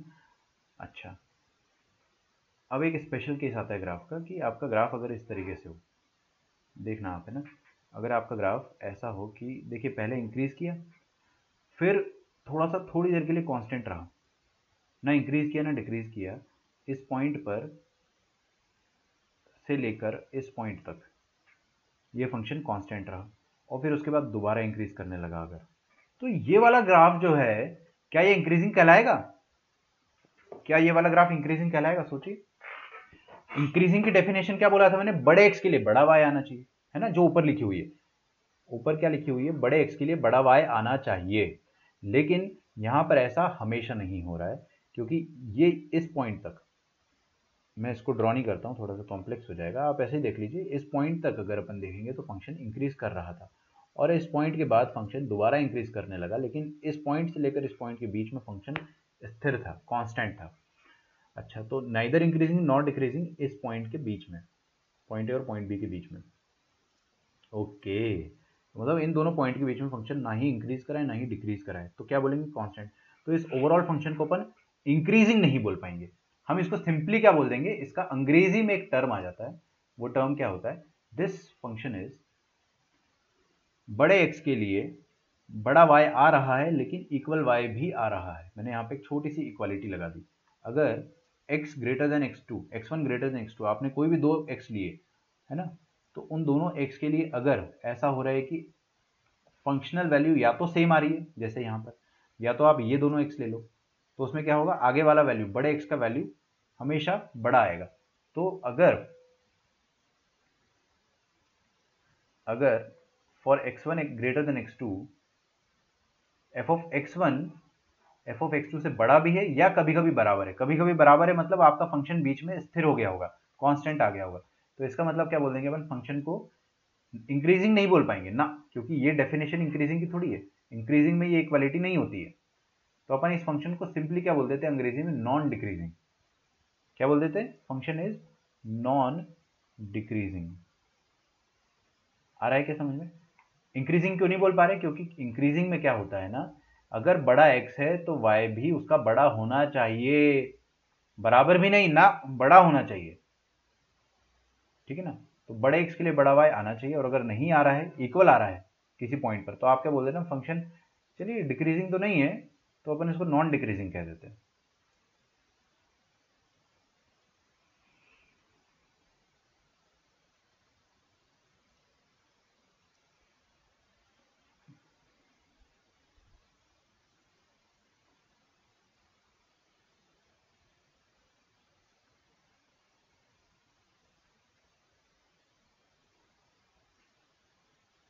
चलिए अब अपन एक बहुत प्यारा क्वेश्चन करेंगे, और ऐसे बहुत सारे क्वेश्चन करेंगे अपन पूरा 1 या 2 दिन।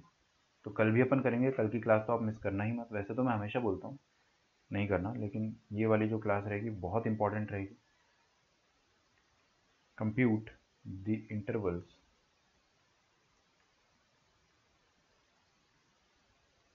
ऑफ मोनोटोनिसिटी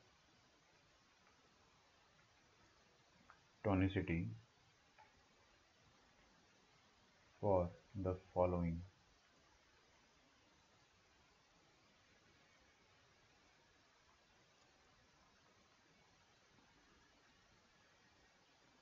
आगे लिखिए, एंड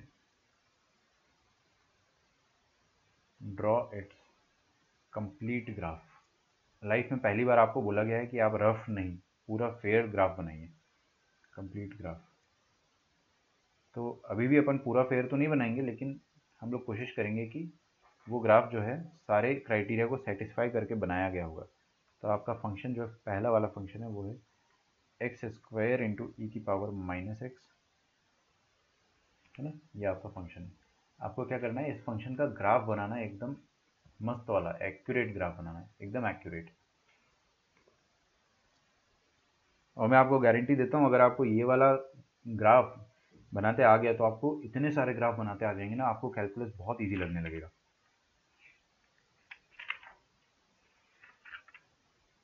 हम्म,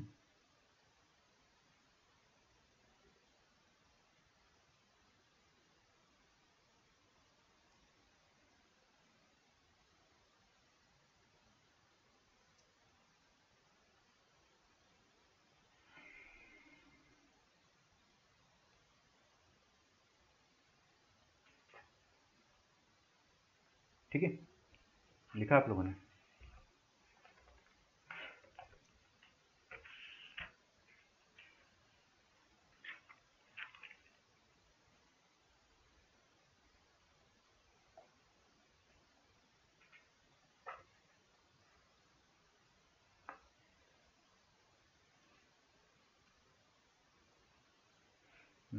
एक थोड़ी सी जगह ऊपर है तो आप एक छोटा सा डेफिनेशन लिखेंगे, क्रिटिकल पॉइंट, है ना, एकदम मिस हो गया मेरे दिमाग से, और मैं वही सोच रहा था कि आपको मैं पॉइंट बाय पॉइंट समझाऊंगा। तो क्रिटिकल पॉइंट आपको समझ में आ गया, तो फिर उसके बाद अपन ग्राफ आराम से बना सकते हैं। क्रिटिकल पॉइंट्स का मतलब होता है, देखिए, critical point of the function is a point, critical point of the function is a point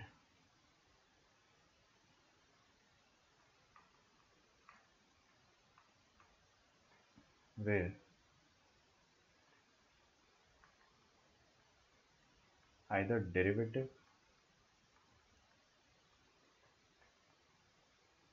is 0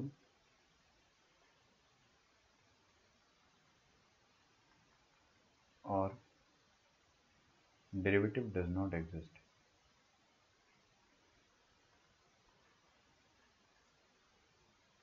Derivative does not exist.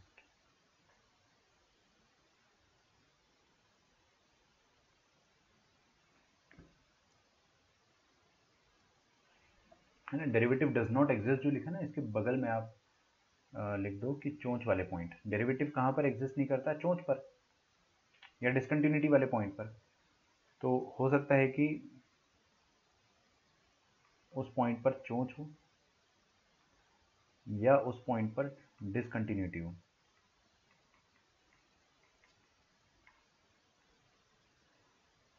ठीक है,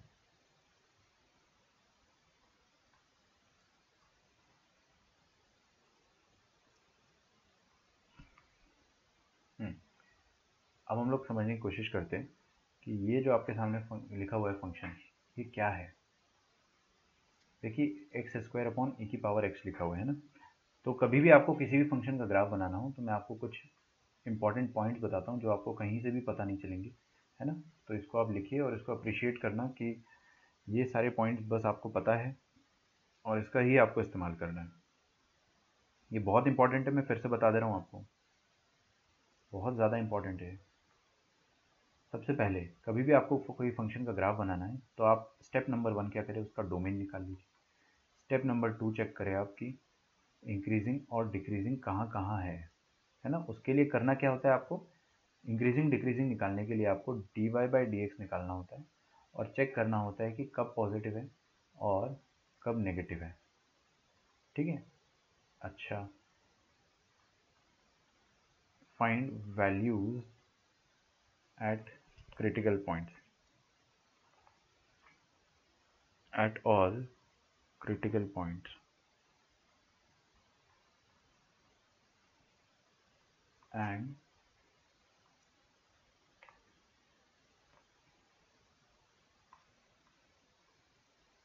at plus minus infinity।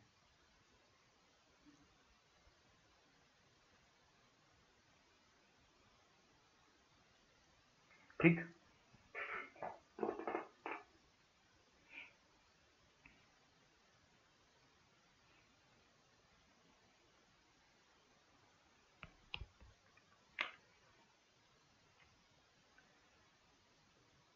और इसी पॉइंट के नीचे लिखिए आप use concept of limits wherever possible, wherever required।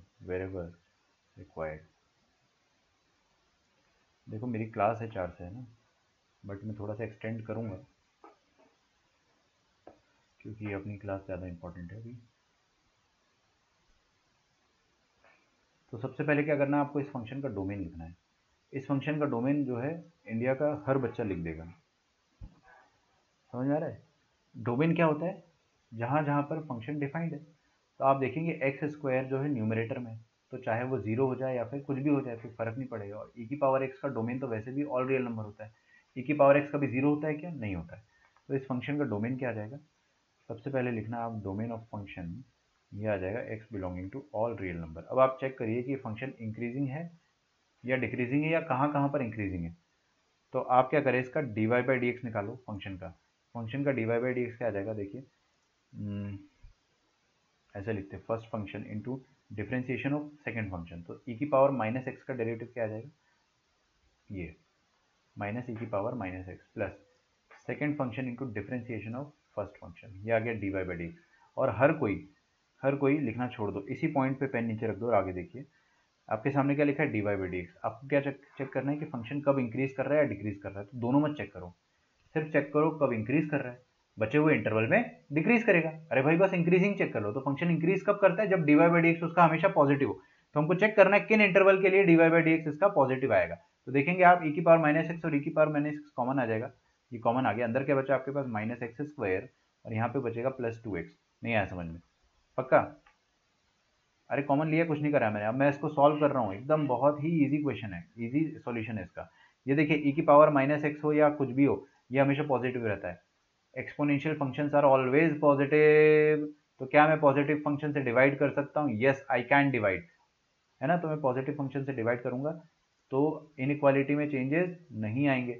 अब ये माइनस एक्स स्क्वायर है ना, तो मैं क्या कर रहा हूँ, नेगेटिव से मल्टीप्लाई कर देता हूँ ताकि ये सुंदर बन जाए। तो x square minus 2x, inequality का साइन रिवर्स, एक्सक्यूज मी। यहाँ से हम कॉमन ले लेंगे, x इंटू एक्स माइनस टू अपन ने कॉमन ले लिया, दिस इज लेस देन 0। इसका मतलब क्या हो गया, वीवी कर्व मेथड से अगर आप निकालोगे तो सिंपली छोटे रूट से लेकर बड़े रूट तक ये आ गया आपके सामने इंटरवल। इस इंटरवल में फंक्शन क्या है, इंक्रीजिंग है, मतलब 0 से 2 में फंक्शन इंक्रीजिंग है। अभी भी लिखना चालू मत करना, देखते जाओ। 0 से 2 है ना, तो ये 0 हो गया आपका एक पॉइंट क्रिटिकल, दूसरा पॉइंट क्रिटिकल हो गया 2। क्रिटिकल पॉइंट वो पॉइंट होते हैं जहां पर फंक्शन इंक्रीजिंग डिक्रीजिंग वाला अपना नेचर चेंज कर रहा है। अभी आपको थोड़ा सा डाउट आएगा क्योंकि critical point of the function is a point where either derivative is 0 और डेरिवेटिव डज नॉट एग्जिस्ट। तो इन दोनों पॉइंट्स पर डेरिवेटिव 0 होने की संभावना है ना। चलिए वो सब अपना कंसर्न नहीं है, अब बस मुझे ये बताइए क्या कि 0 से 2 वाले इंटरवल में फंक्शन इंक्रीज कर रहा है, तो यहाँ पे अपन इंक्रीजिंग का साइन लगा देते हैं, और जहाँ डिक्रीज कर रहा है वहाँ पे मैं डिक्रीजिंग का साइन। बचा हुआ इंटरवल कौन सा हो गया, ये 0 से 2 के अलावा कौन, ये वाला जो इंटरवल है यहाँ पर फंक्शन इंक्रीज कर रहा है, राइट। तो इसके अलावा हर जगह डिक्रीज करेगा, तो 0 से पहले डिक्रीज करेगा और 2 के बाद भी डिक्रीज करेगा। तो अपने को एक फेयर आइडिया मिल गया कि आपका फंक्शन जो है ऐसा आएगा। देखो इधर हर कोई डिक्रीज कर रहा होगा, फिर इंक्रीज करेगा, फिर डिक्रीज करेगा, इस तरीके का फंक्शन बनेगा। ठीक है, एग्जैक्टली कैसा बनेगा वो अपन अभी बनाने जा रहे हैं। फिर अपने को बोला कि find the values at all critical point. तो ऑल क्रिटिकल पॉइंट्स अपन देखते हैं। क्रिटिकल पॉइंट्स कौन से होते हैं, क्रिटिकल पॉइंट्स वो वाले पॉइंट्स हो जाएंगे जहां पर फंक्शन अपना डेरिवेटिव जीरो करता है। और भैया अपन ने डेरिवेटिव कहाँ पे जीरो होता है वो देखा नहीं, लेकिन मैं आपको है ना फील करा देता हूँ कि इधर देखो, जो भी पॉइंट मैंने नंबर लाइन पे मार्क कर रखे, ये 0 और ये 2, इनको आप क्रिटिकल पॉइंट मान के इन पर वैल्यू निकाल दो। 0 पर वैल्यू निकाल दो और 2 पर वैल्यू निकाल दो। आ रहा है ना समझ में, वो क्रिटिकल पॉइंट है। वो धीरे से आपको और समझ में आ जाएगा कि क्यों क्रिटिकल पॉइंट है। तो एफ ऑफ 0 निकालेंगे अगर, तो फंक्शन क्या था अपने पास, एक्स स्क्वायर इंटू ई की पावर एक्स, है ना। तो 0 रखो यहाँ पे, कितना आ गया 0। एफ 0 कितना है बेटा 0। और एफ ऑफ 2 कितना आ जाएगा, एफ ऑफ 2 आ जाएगा, रखो यहाँ पे 2 स्क्वायर अपॉन ई की पावर 2, तो 4 अपॉन ई स्क्वायर, ये आ गया आपका एफ ऑफ 2।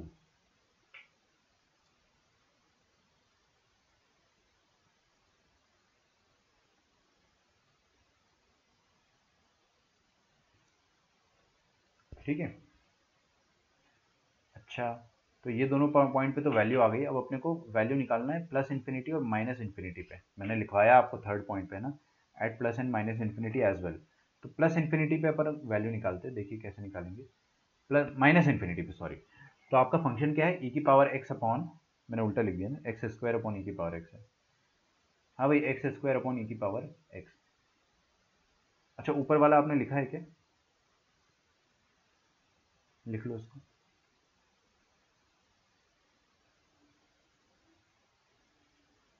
लिखो लिखो, थोड़ा सा टाइम दे देता हूँ मैं आपको, क्योंकि फिर मैं आगे बढ़ जाऊंगा ना, फिर पीछे आने का टाइम नहीं मिलेगा।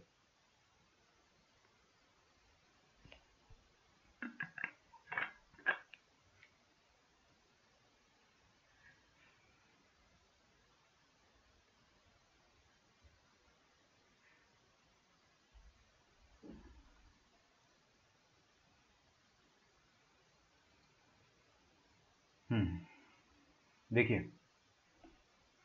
वो लिख लिया ना आपने, चलो आपको टाइम दे दिया मैंने लिखने का, लिखते रहो, ऊपर भी खुला भी है। लेकिन एक बार यहाँ पे देख लीजिए क्या लिखा है, एक्स स्क्वायर अपॉन ई की पावर एक्स। इस पर माइनस इन्फिनिटी डालो, हर बच्चा इस क्लास का यहाँ पे माइनस इन्फिनिटी डालो एक्स की जगह। ऊपर क्या आ गया इन्फिनिटी, और नीचे क्या आ गया ई की पावर माइनस इन्फिनिटी। ई की पावर माइनस इन्फिनिटी क्या होता है, ई की पावर माइनस इन्फिनिटी होता है 0। फील आ गया ना, ई की पावर माइनस इन्फिनिटी क्या हो गया, 1 अपॉन ई की पावर इन्फिनिटी। अबे ए की पावर माइनस इन्फिनिटी हो गया 1 अपॉन ई की पावर इन्फिनिटी, और 1 अपॉन ई की पावर इन्फिनिटी क्या हो गया, 1 अपॉन बहुत बड़ा नंबर 0, तो ये 0 आ गया। नीचे क्या क्या 0, और ये अप्रॉक्सीमेट 0 है, अप्रॉक्सीमेट 0 याद रखना है ना। अरे ग्राफ बना लो ई की पावर एक्स का, ऐसा होता है, ऐसा माइनस इन्फिनिटी पर देखो ना, ये वैल्यू लगभग 0 हो जाएगा, लगभग 0, एग्जैक्ट 0 नहीं होगा, टच नहीं कर रहा है, यहाँ पे देखिए हल्का सा डिफरेंस है, फील आ रहा है। तो माइनस इन्फिनिटी पर जो वैल्यू क्या आ रहा है, इन्फिनिटी अपॉन बहुत छोटा नंबर, ठीक है। जब भी डिनोमिनेटर में बहुत छोटा नंबर आता है तो ओवरऑल क्वांटिटी क्या आती है, बहुत बड़ी।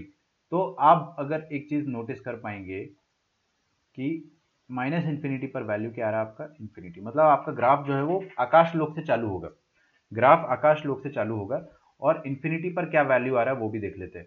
इन्फिनिटी पर जो वैल्यू आ रहा है वो क्या हो जाएगा, देखिए एक्स स्क्वायर अपॉन ई की पावर एक्स, रखो इन्फिनिटी ऊपर, इन्फिनिटी नीचे रखो, इन्फिनिटी। ओहो हो, indeterminate form of infinity upon infinity. तो इनडिटर्मिनेट फॉर्म के लिए लिमिट को निकालना पड़ेगा, तो आप अपनी जेब से हथियार निकालिए लिमिट का, और यहाँ पे लिमिट डाल दीजिए एक्सटेंडिंग टू इन्फिनिटी। मैंने क्या बोला था, जब जब लिमिट की जरूरत पड़ेगी तब तब अपन लिमिट यूज करेंगे। तो इन्फिनिटी बाय इन्फिनिटी कैसे सॉल्व करेंगे वाले लिमिट बताइए, लॉपिटल रूल से, ऊपर लॉपिटल नीचे लॉपिटल, लॉ ऑफ लव से भी कर सकते हैं वैसे, लेकिन कोई फायदा नहीं है, ये पॉलिनोमियल में पॉलिनोमियल थोड़ी ना है, तो लॉपिटल से करते हैं। ऊपर वाले का डेरिवेटिव अपॉन नीचे वाले का डेरिवेटिव। अभी फिर से रख के देखो, limit x tending to infinity, ये लिख देना है ना, लॉपिटल लगाया मैंने यहाँ पे, एक बार डिफरेंशिएट कर दिया, फिर से इन्फिनिटी रखा, तो मैंने अभी देखा कि इन्फिनिटी बाय इन्फिनिटी अभी भी बरकरार है, तो अपन एक बार और डिफरेंशिएट करेंगे, तो 2 अपॉन ई की पावर एक्स। अब रखो आप लिमिट एक्सटेंडिंग टू इन्फिनिटी, ऊपर क्या है 2 और नीचे क्या है ई की पावर इन्फिनिटी, है ना, ई की पावर इन्फिनिटी मतलब इन्फिनिटी। तो 2 अपॉन 0, 2 अपॉन इन्फिनिटी कितना हो जाएगा, 0। आप 0 प्लस ही लिखना, क्योंकि एच आएगा इसका आंसर, 0 नहीं आएगा। आपको फील होना चाहिए सब बातें जो है ना, अच्छे स्टूडेंट को फील हो जाता है कि एग्जैक्ट 0 नहीं है ये, ठीक है। तो अब अपने ग्राफ में सब कुछ रेडी है। आपका ग्राफ जो है उसका डोमेन क्या है, रियल नंबर, मतलब वो कहीं पर भी डिफाइंड, नॉट डिफाइंड वाले केस नहीं है, कहीं पर भी गड्ढा नहीं आएगा, और वो 0 से 2 के बीच में इंक्रीज करेगा, बाकी जगह डिक्रीज करेगा। फिर उसके बाद क्रिटिकल पॉइंट्स पे अपन ने वैल्यू निकाल दिया, 0 पर ये है, 2 पर ये है, और माइनस इन्फिनिटी पर निकाल दिया, और प्लस इन्फिनिटी पर भी निकाल दिया। माइनस इन्फिनिटी और प्लस इन्फिनिटी क्रिटिकल पॉइंट नहीं होते हैं, वो मैंने लेकिन एंड करके लिखवा दिया था कि आप वहां पे भी निकाल लो, ठीक है। अब ग्राफ बनाएंगे अपन, हर किसी को बस ग्राफ की तरफ देखना है, क्योंकि ग्राफ आपने एक बार देख लिया तो आपको सब समझ में आ जाएगा, आगे के सारे क्वेश्चंस हो जाएंगे। ये देखिए x, ये देखिए y। अगर मैं आपको बोलूँ कि सबसे पहले ग्राफ स्टार्ट करना है, तो आप कहाँ से, लेफ्ट मोस्ट पॉइंट से स्टार्ट करना चाहेंगे, क्योंकि वो सबसे पहला पॉइंट आएगा नंबर लाइन में, माइनस इन्फिनिटी। अब पहला तो नहीं कह सकते, लेकिन अर्लीस्ट पॉइंट। तो माइनस इन्फिनिटी पर फंक्शन का वैल्यू क्या है, इन्फिनिटी। तो इन्फिनिटी ऊपर होता है आकाश लोक में, है ना, तो माइनस इन्फिनिटी पर आपका वैल्यू इन्फिनिटी है, तो ये रहा आपका आकाश लोक। और क्रिटिकल पॉइंट कहते हैं 0 और 2। आप देखना ध्यान से, इस बीच में फंक्शन इंक्रीज कर रहा है, बाकी जगह डिक्रीज कर रहा है, तो पता आकाश लोक से ही नीचे की तरफ गिरेगा, ये फंक्शन जो है नीचे की तरफ आएगा। और ये कब तक आएगा, नीचे की तरफ 0 तक आएगा, 0 के तुरंत बाद ये ऊपर जाने लगेगा, फिर नीचे आएगा। तो आपका रफ ग्राफ तो ऐसा बनेगा, है ना, लेकिन मैं इसको थोड़ा और फेयर बना देता हूँ। अब अपन 0 पर वैल्यू देखते हैं, देखो 0 पर वैल्यू 0, ओ हो, तो आपका ग्राफ देखिए एकदम आकाश लोक से आ रहा है। 0 पर आकर, 0 पर आकर ये 0 हो गया। थोड़ा सा मैं इसको एकदम ऐसा बनाना चाहूँगा ना कि ठीक, ऐसे डिक्रीज करते हुए आया ये, और फिर उसके बाद इंक्रीज करेगा, कहाँ तक इंक्रीज करेगा, 2 तक। और 2 पर वैल्यू क्या है, 2 पर वैल्यू है 4 upon E square. 4 upon E square जो रहेगा वो 0 पॉइंट समथिंग रहेगा, ई कितना होता है 2.71, उसका स्क्वायर करोगे 4 से ज़्यादा आएगा, तो ये 0 पॉइंट समथिंग नंबर आएगा, बट कोई बात नहीं, कुछ तो आएगा। तो आप देखेंगे अगर, तो 2 पर जो वैल्यू आ रहा है वो ये आ रहा है, 2 पर वैल्यू क्या आ रहा है, 4 बाय ई स्क्वायर। और ये जो क्रिटिकल पॉइंट है ना 0 और 2, 0 से पहले देखो, समझो इधर, हर कोई देखो, 0 से पहले फंक्शन डिक्रीजिंग था, डिक्रीज डिक्रीज डिक्रीज डिक्रीज, 0 के जस्ट बाद इंक्रीज करने लगा फंक्शन, तो 0 पर फंक्शन जो है वो मुड़ा है ना, तो वहां पे कॉन्केविटी भी चेंज हुई है, और फंक्शन का ग्राफ जो है अपन ने यहाँ तक ऐसा बनाया। अब 2 के बाद ये डिक्रीज करेगा, है ना, देखते रहिए, 2 के बाद डिक्रीज करेगा तो फंक्शन तो नीचे आएगा, कहाँ तक नीचे जाएगा, यहाँ तक जाएगा, या यहाँ से ऐसा चला जाएगा, है ना। डिक्रीज करना है उसको, डिक्रीज करने के भी 1000 तरीके, ऐसे कर सकता है डिक्रीज, लेकिन आप क्या चेक करो कि ये क्या है, यहाँ पर इन्फिनिटी है। आप x में इन्फिनिटी डाल के तो देखो, x में जब आपने इन्फिनिटी डाला था तो फंक्शन का आंसर क्या आता है, 0 प्लस।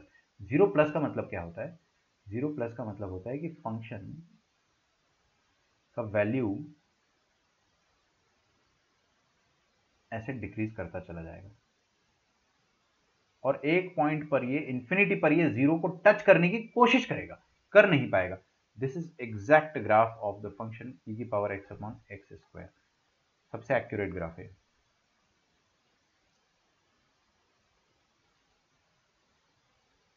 ठीक है,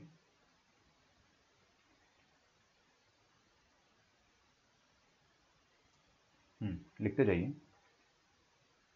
ये पॉइंट क्या है? ये पॉइंट है 2,4/e²। इस पॉइंट पर आप अगर देखेंगे फंक्शन ने थोड़ा सा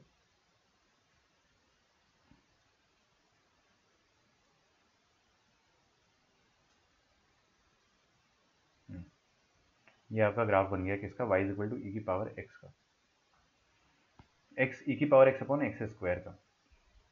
ठीक है,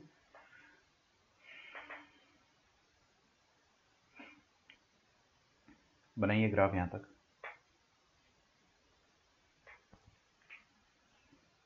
अब यहाँ से मैं हज़ारों क्वेश्चन बना के दे सकता हूँ आपको, हज़ारों क्वेश्चन। मेरी क्लास है वैसे, बट मैं फिर भी आपको 3 क्वेश्चन तो कराऊंगा ही कराऊंगा, है ना, क्योंकि अपना ये लेक्चर इंपॉर्टेंट है। मैं इसको छोड़ दूंगा तो मज़ा नहीं आएगा ना, वो चीज़ अपन अगली क्लास में कवर नहीं करना चाहते, तो इसको अभी की अभी अपन करेंगे।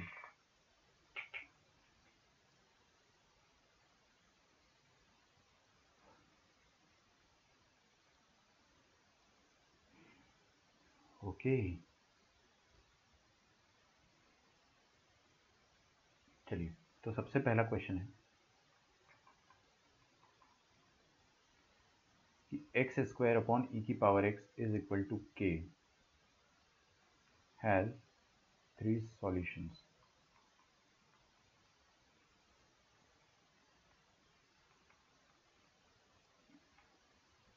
Find the range of k. ठीक है, सेकेंड है कि एक्स स्क्वायर अपॉन ई की power x is equal to k has 2 solutions.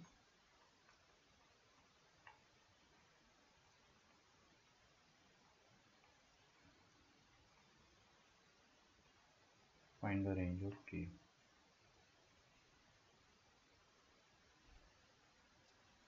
तीनों क्वेश्चन बड़े आसान है, लेकिन आपको फील आनी चाहिए तभी हो पाएंगे। मैं आपको पहले फील दिला दूंगा। Has exactly 1 solution.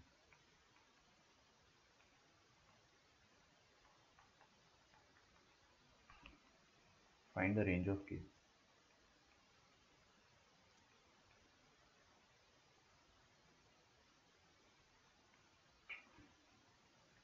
और फोर्थ है एक्स स्क्वायर अपॉन ई की power x is equal to k has 0 solution.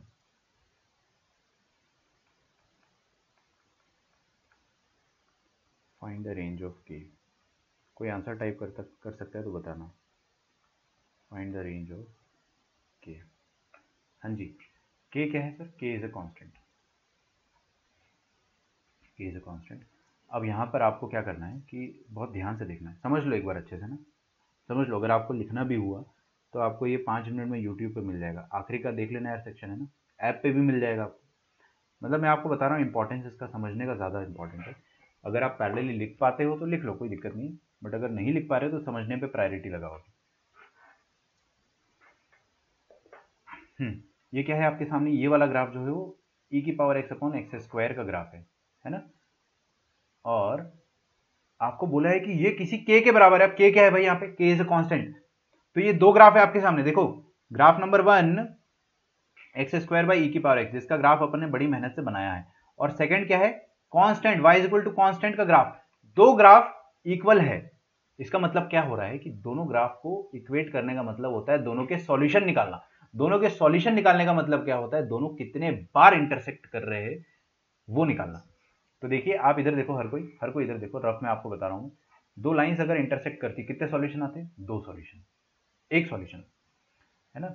अच्छा, एक लाइन और एक पैराबोला अगर इंटरसेक्ट इस तरीके से करेगा, कितने सॉल्यूशन आएंगे? 3 सॉल्यूशन, सॉरी 2 सॉल्यूशन। और अगर 2 सर्कल से इंटरसेक्ट करते कितने सॉल्यूशन? 2 सॉल्यूशन। अभी एक सर्कल कर्व है, भले ही पैराबोला भी कर्व था, लेकिन आपको मैंने अपना पॉइंट क्लियर कर दिया कि जितने बार इंटरसेक्ट होगा उतने सॉल्यूशन। अच्छा अच्छा अच्छा अच्छा, 2 कर्व के बारे में मैं बता रहा था। तो ये कर्व नंबर 1 है, इधर देखो, कर्व नंबर 1 है, यहाँ देखिए, और ये कर्व नंबर 2 है। दिख रहा है आपको?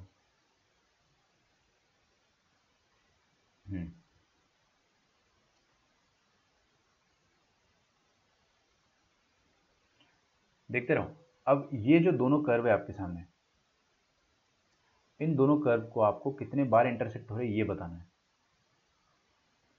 ये क्या है? y इक्वल टू कॉन्स्टेंट का कर्व है। अरे ये y के मतलब क्या? कांस्टेंट। कांस्टेंट का कर्व कैसा होता है? y इक्वल टू के। और y इक्वल टू के का ग्राफ कैसा होता है? ऐसा होता है, ये straight line y equal to constant, this is the straight line, है ना। और आपको बोला है कि इनके 3 सॉल्यूशन है। अगर इनके 3 सॉल्यूशन है तो के की क्या रेंज होगी? देखो इधर, ये वाला कर्व मैं बना चुका हूं, और ये रहा आपका y इक्वल टू कांस्टेंट। क्या है ये? y equal to constant. अब इनके कितने सॉल्यूशन आ रहे? टोटल 3 सॉल्यूशन आ रहे। तो देखिए, देखते रहो इधर, हर कोई देखते रहो, सबको समझ में आएगा। ये वाला कर्व अभी जो है, दोनों कर्व कितने पॉइंट पे इंटरसेक्ट कर रहे हैं? एक पॉइंट पे, और वो एक पॉइंट ये रहा। कितने सॉल्यूशन आए अभी? एक सॉल्यूशन। मैंने अगर इस कर्व को, इस येलो वाली लाइन को, के को, y इक्वल टू कांस्टेंट को थोड़ा नीचे करा, नीचे करा, नीचे करा, नीचे करा, अभी कितने सॉल्यूशन आ गए? एक, यहाँ पे 2, दिख रहा है? एरो को देखते जाओ। और ये 3 सॉल्यूशन आ गए। अच्छा, तो अब समझ में आया आपने को? 3 सॉल्यूशन का मतलब क्या हो गया कि ये लाइन कहां से कहां तक नाच सकती है? ये लाइन जीरो से लेकर ये जो पॉइंट दिख रहा है ना आपको, ये डॉटेड लाइन, इसके ऊपर नहीं जाना। इसके ऊपर गए तो एक ही सॉल्यूशन आ जाएगा। जीरो से लेकर ये डॉटेड लाइन के बीच में अगर ये लाइन नाचेगी तो आप क्या बोल दोगे? We will always get 3 solution. मतलब आपका जो कांस्टेंट है y equal to k, y equal to k जो है वो कहां से कहां तक नाचना चाहिए? k का वैल्यू 0 से लेकर ये 4/e² तक हो जाएगा अगर, तो k बिलोंग्स टू, रेंज आ गया तुरंत, 0 से लेकर 4/e² तक हो जाएगा। और 4/e² पे ओपन रखना, क्लोज मत करना। अगर आपने 4/e² पे क्लोज कर दिया, मतलब इसका मतलब क्या हो गया कि 4/e² पर ग्राफ ऐसा बनेगा। तो आपको 3 सॉल्यूशन नहीं मिलेंगे, यहाँ पे टच हो रहा होगा फिर, अगर आपने क्लोज कर दिया तो एक और 2 ही सॉल्यूशन मिलेगा, है ना।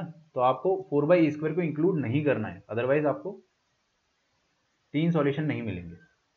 तो इतना समझ में आएगा। और जीरो पर भी आपको इंक्लूड नहीं करना। क्यों? क्योंकि जीरो पर इंक्लूड कर दिया तो एक्स एक्सिस इटसेल्फ हो जाएगा वो, ये जो आपकी y इक्वल टू के है वो y इक्वल टू 0 बन जाएगी। और y इक्वल टू 0 मतलब एक्स एक्सिस, और एक्स एक्सिस एक ही पॉइंट पे टच कर रही है बस। तो आपको इस केस में बस एक ही सॉल्यूशन मिलेगा, बस एक ही सॉल्यूशन मिलेगा इस केस में। तो थर्ड वाले का आंसर यही हो जाएगा। थर्ड वाले का आंसर क्या हो जाएगा कि एग्जैक्टली 1 सॉल्यूशन कब मिलेगा आपको? एग्जैक्टली 1 सॉल्यूशन मैं बताऊंगा आपको, है ना। चलिए पहले अपन 2 सॉल्यूशन के बारे में बात करते हैं। अब ये तो हो गया अपना, खैर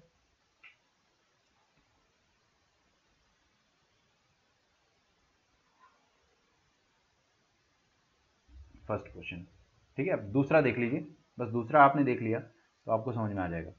हाँ भाई, आपको क्या बोला? Exactly 2 solution. 2 सॉल्यूशन कब मिलेंगे? ऐसे, इस पर्टिकुलर केस में मिलेंगे। देखो इधर, ये एक बार कट किया और एक बार यहाँ पे टच किया, मिल गए 2 सॉल्यूशन। और कभी 2 सॉल्यूशन नहीं मिलेंगे, ये बस एक स्पेशल केस है जब आपको 2 सॉल्यूशन मिलेंगे। इस केस में y इक्वल टू के वाली जो लाइन है वो एग्जैक्टली यहाँ पर चलेगी, और एग्जैक्टली यहाँ पे चलेगी मतलब इसका इक्वेशन क्या हो जाएगा? k का वैल्यू हो जाएगा 4/e²। तो k का वैल्यू जब 4/e² रहेगा तब आपको 2 सॉल्यूशन मिलेंगे। और एग्जैक्टली 1 सॉल्यूशन कब मिलेगा आपको? एग्जैक्टली 1 सॉल्यूशन मिलेगा इस लाइन के ऊपर जब आपकी लाइन रहेगी तब, ये 1 सॉल्यूशन एग्जैक्टली तब मिलेगा। और इधर भी मिलेगा जब आपकी लाइन जो है वो ट्रैवल करते करते या तो इसके ऊपर निकल जाए या तो ये 0 पे टच करने लग जाए। तो इसके ऊपर निकल जाए मतलब क्या हो जाएगा? 4/e² के ऊपर। तो आप यहाँ से ये बोल दोगे कि k जो है 4/e² के ऊपर निकल जाए, तो 4/e² से लेकर इन्फिनिटी, आकाश लोक तक कभी भी आपकी लाइन नाचते रहे। Union elemental zero, elemental zero पर भी आपको 2 सॉल्यूशन दे देगा। अब ये एलिमेंटल जीरो छोटा है तो उसको पहले लिखना चाहिए था अपने को, बस ये बताना चाह रहा हूँ मैं आपको कि एलिमेंटल जीरो थोड़ा सा पहले लिखेंगे अपन, है ना। कितने लोगों को समझ में आया एक बार बताइए मुझे। मुश्किल तो नहीं था इतना। अच्छा 1 मिनट, ये मिटा देता हूँ मैं आपके लिए। तो अब आपको मैं 3 तरह से बता चुका हूँ solution. 3 solution, 1 solution and 0 solution and 2 solution. 0 solution तो आपको खुद ही करना है। तो देखिए आपको 1 सॉल्यूशन कब मिलेगा, जब ये वाला जो लाइन है 4/2 के हमेशा ऊपर रहे। हमेशा ऊपर रहेगा तो देखो इधर इधर एक ही पॉइंट मिलेगा, है ना। और अगर थोड़ा सा भी और नीचे आ गया तो एकदम से टच कर गया, अगर यहाँ पे अगर टच कर गया, ये पॉइंट पे अगर टच कर गया तो आपको 2 सॉल्यूशन मिल जाएंगे। और अगर नीचे निकल गया तो 3 सॉल्यूशन। और नीचे निकल गया, अगर 0 के भी नीचे निकल गया तो आपको कद्दू कभी इंटरसेक्शन मिलेगा ही नहीं। 0 सॉल्यूशन कब मिलेंगे, जब आपका k का वैल्यू, कांस्टेंट का वैल्यू 0 से भी नीचे निकल जाए। तो k is less than 0, k is less than 0। Clear है, पक्का। ये वाला क्वेश्चन आपको करना है। f of x is equal to x plus ln of 1 minus 4x। 1 minute रुक जाओ, है ना। ये वाला मत करो, थोड़ा इजी वाला देता हूँ मैं आपको। x upon ln x, same चीज़ करना है आपको, सेम चीज़। और फिर आप चेक करो, draw graph,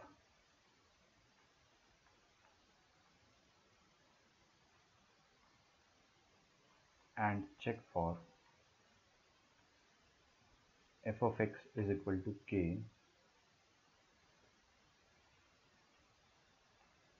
having first part 3 solution, second part 2 solutions, third part 1 solution, fourth part no solution, मतलब 0 solutions। ठीक है, समझ में आ रहा है सबको।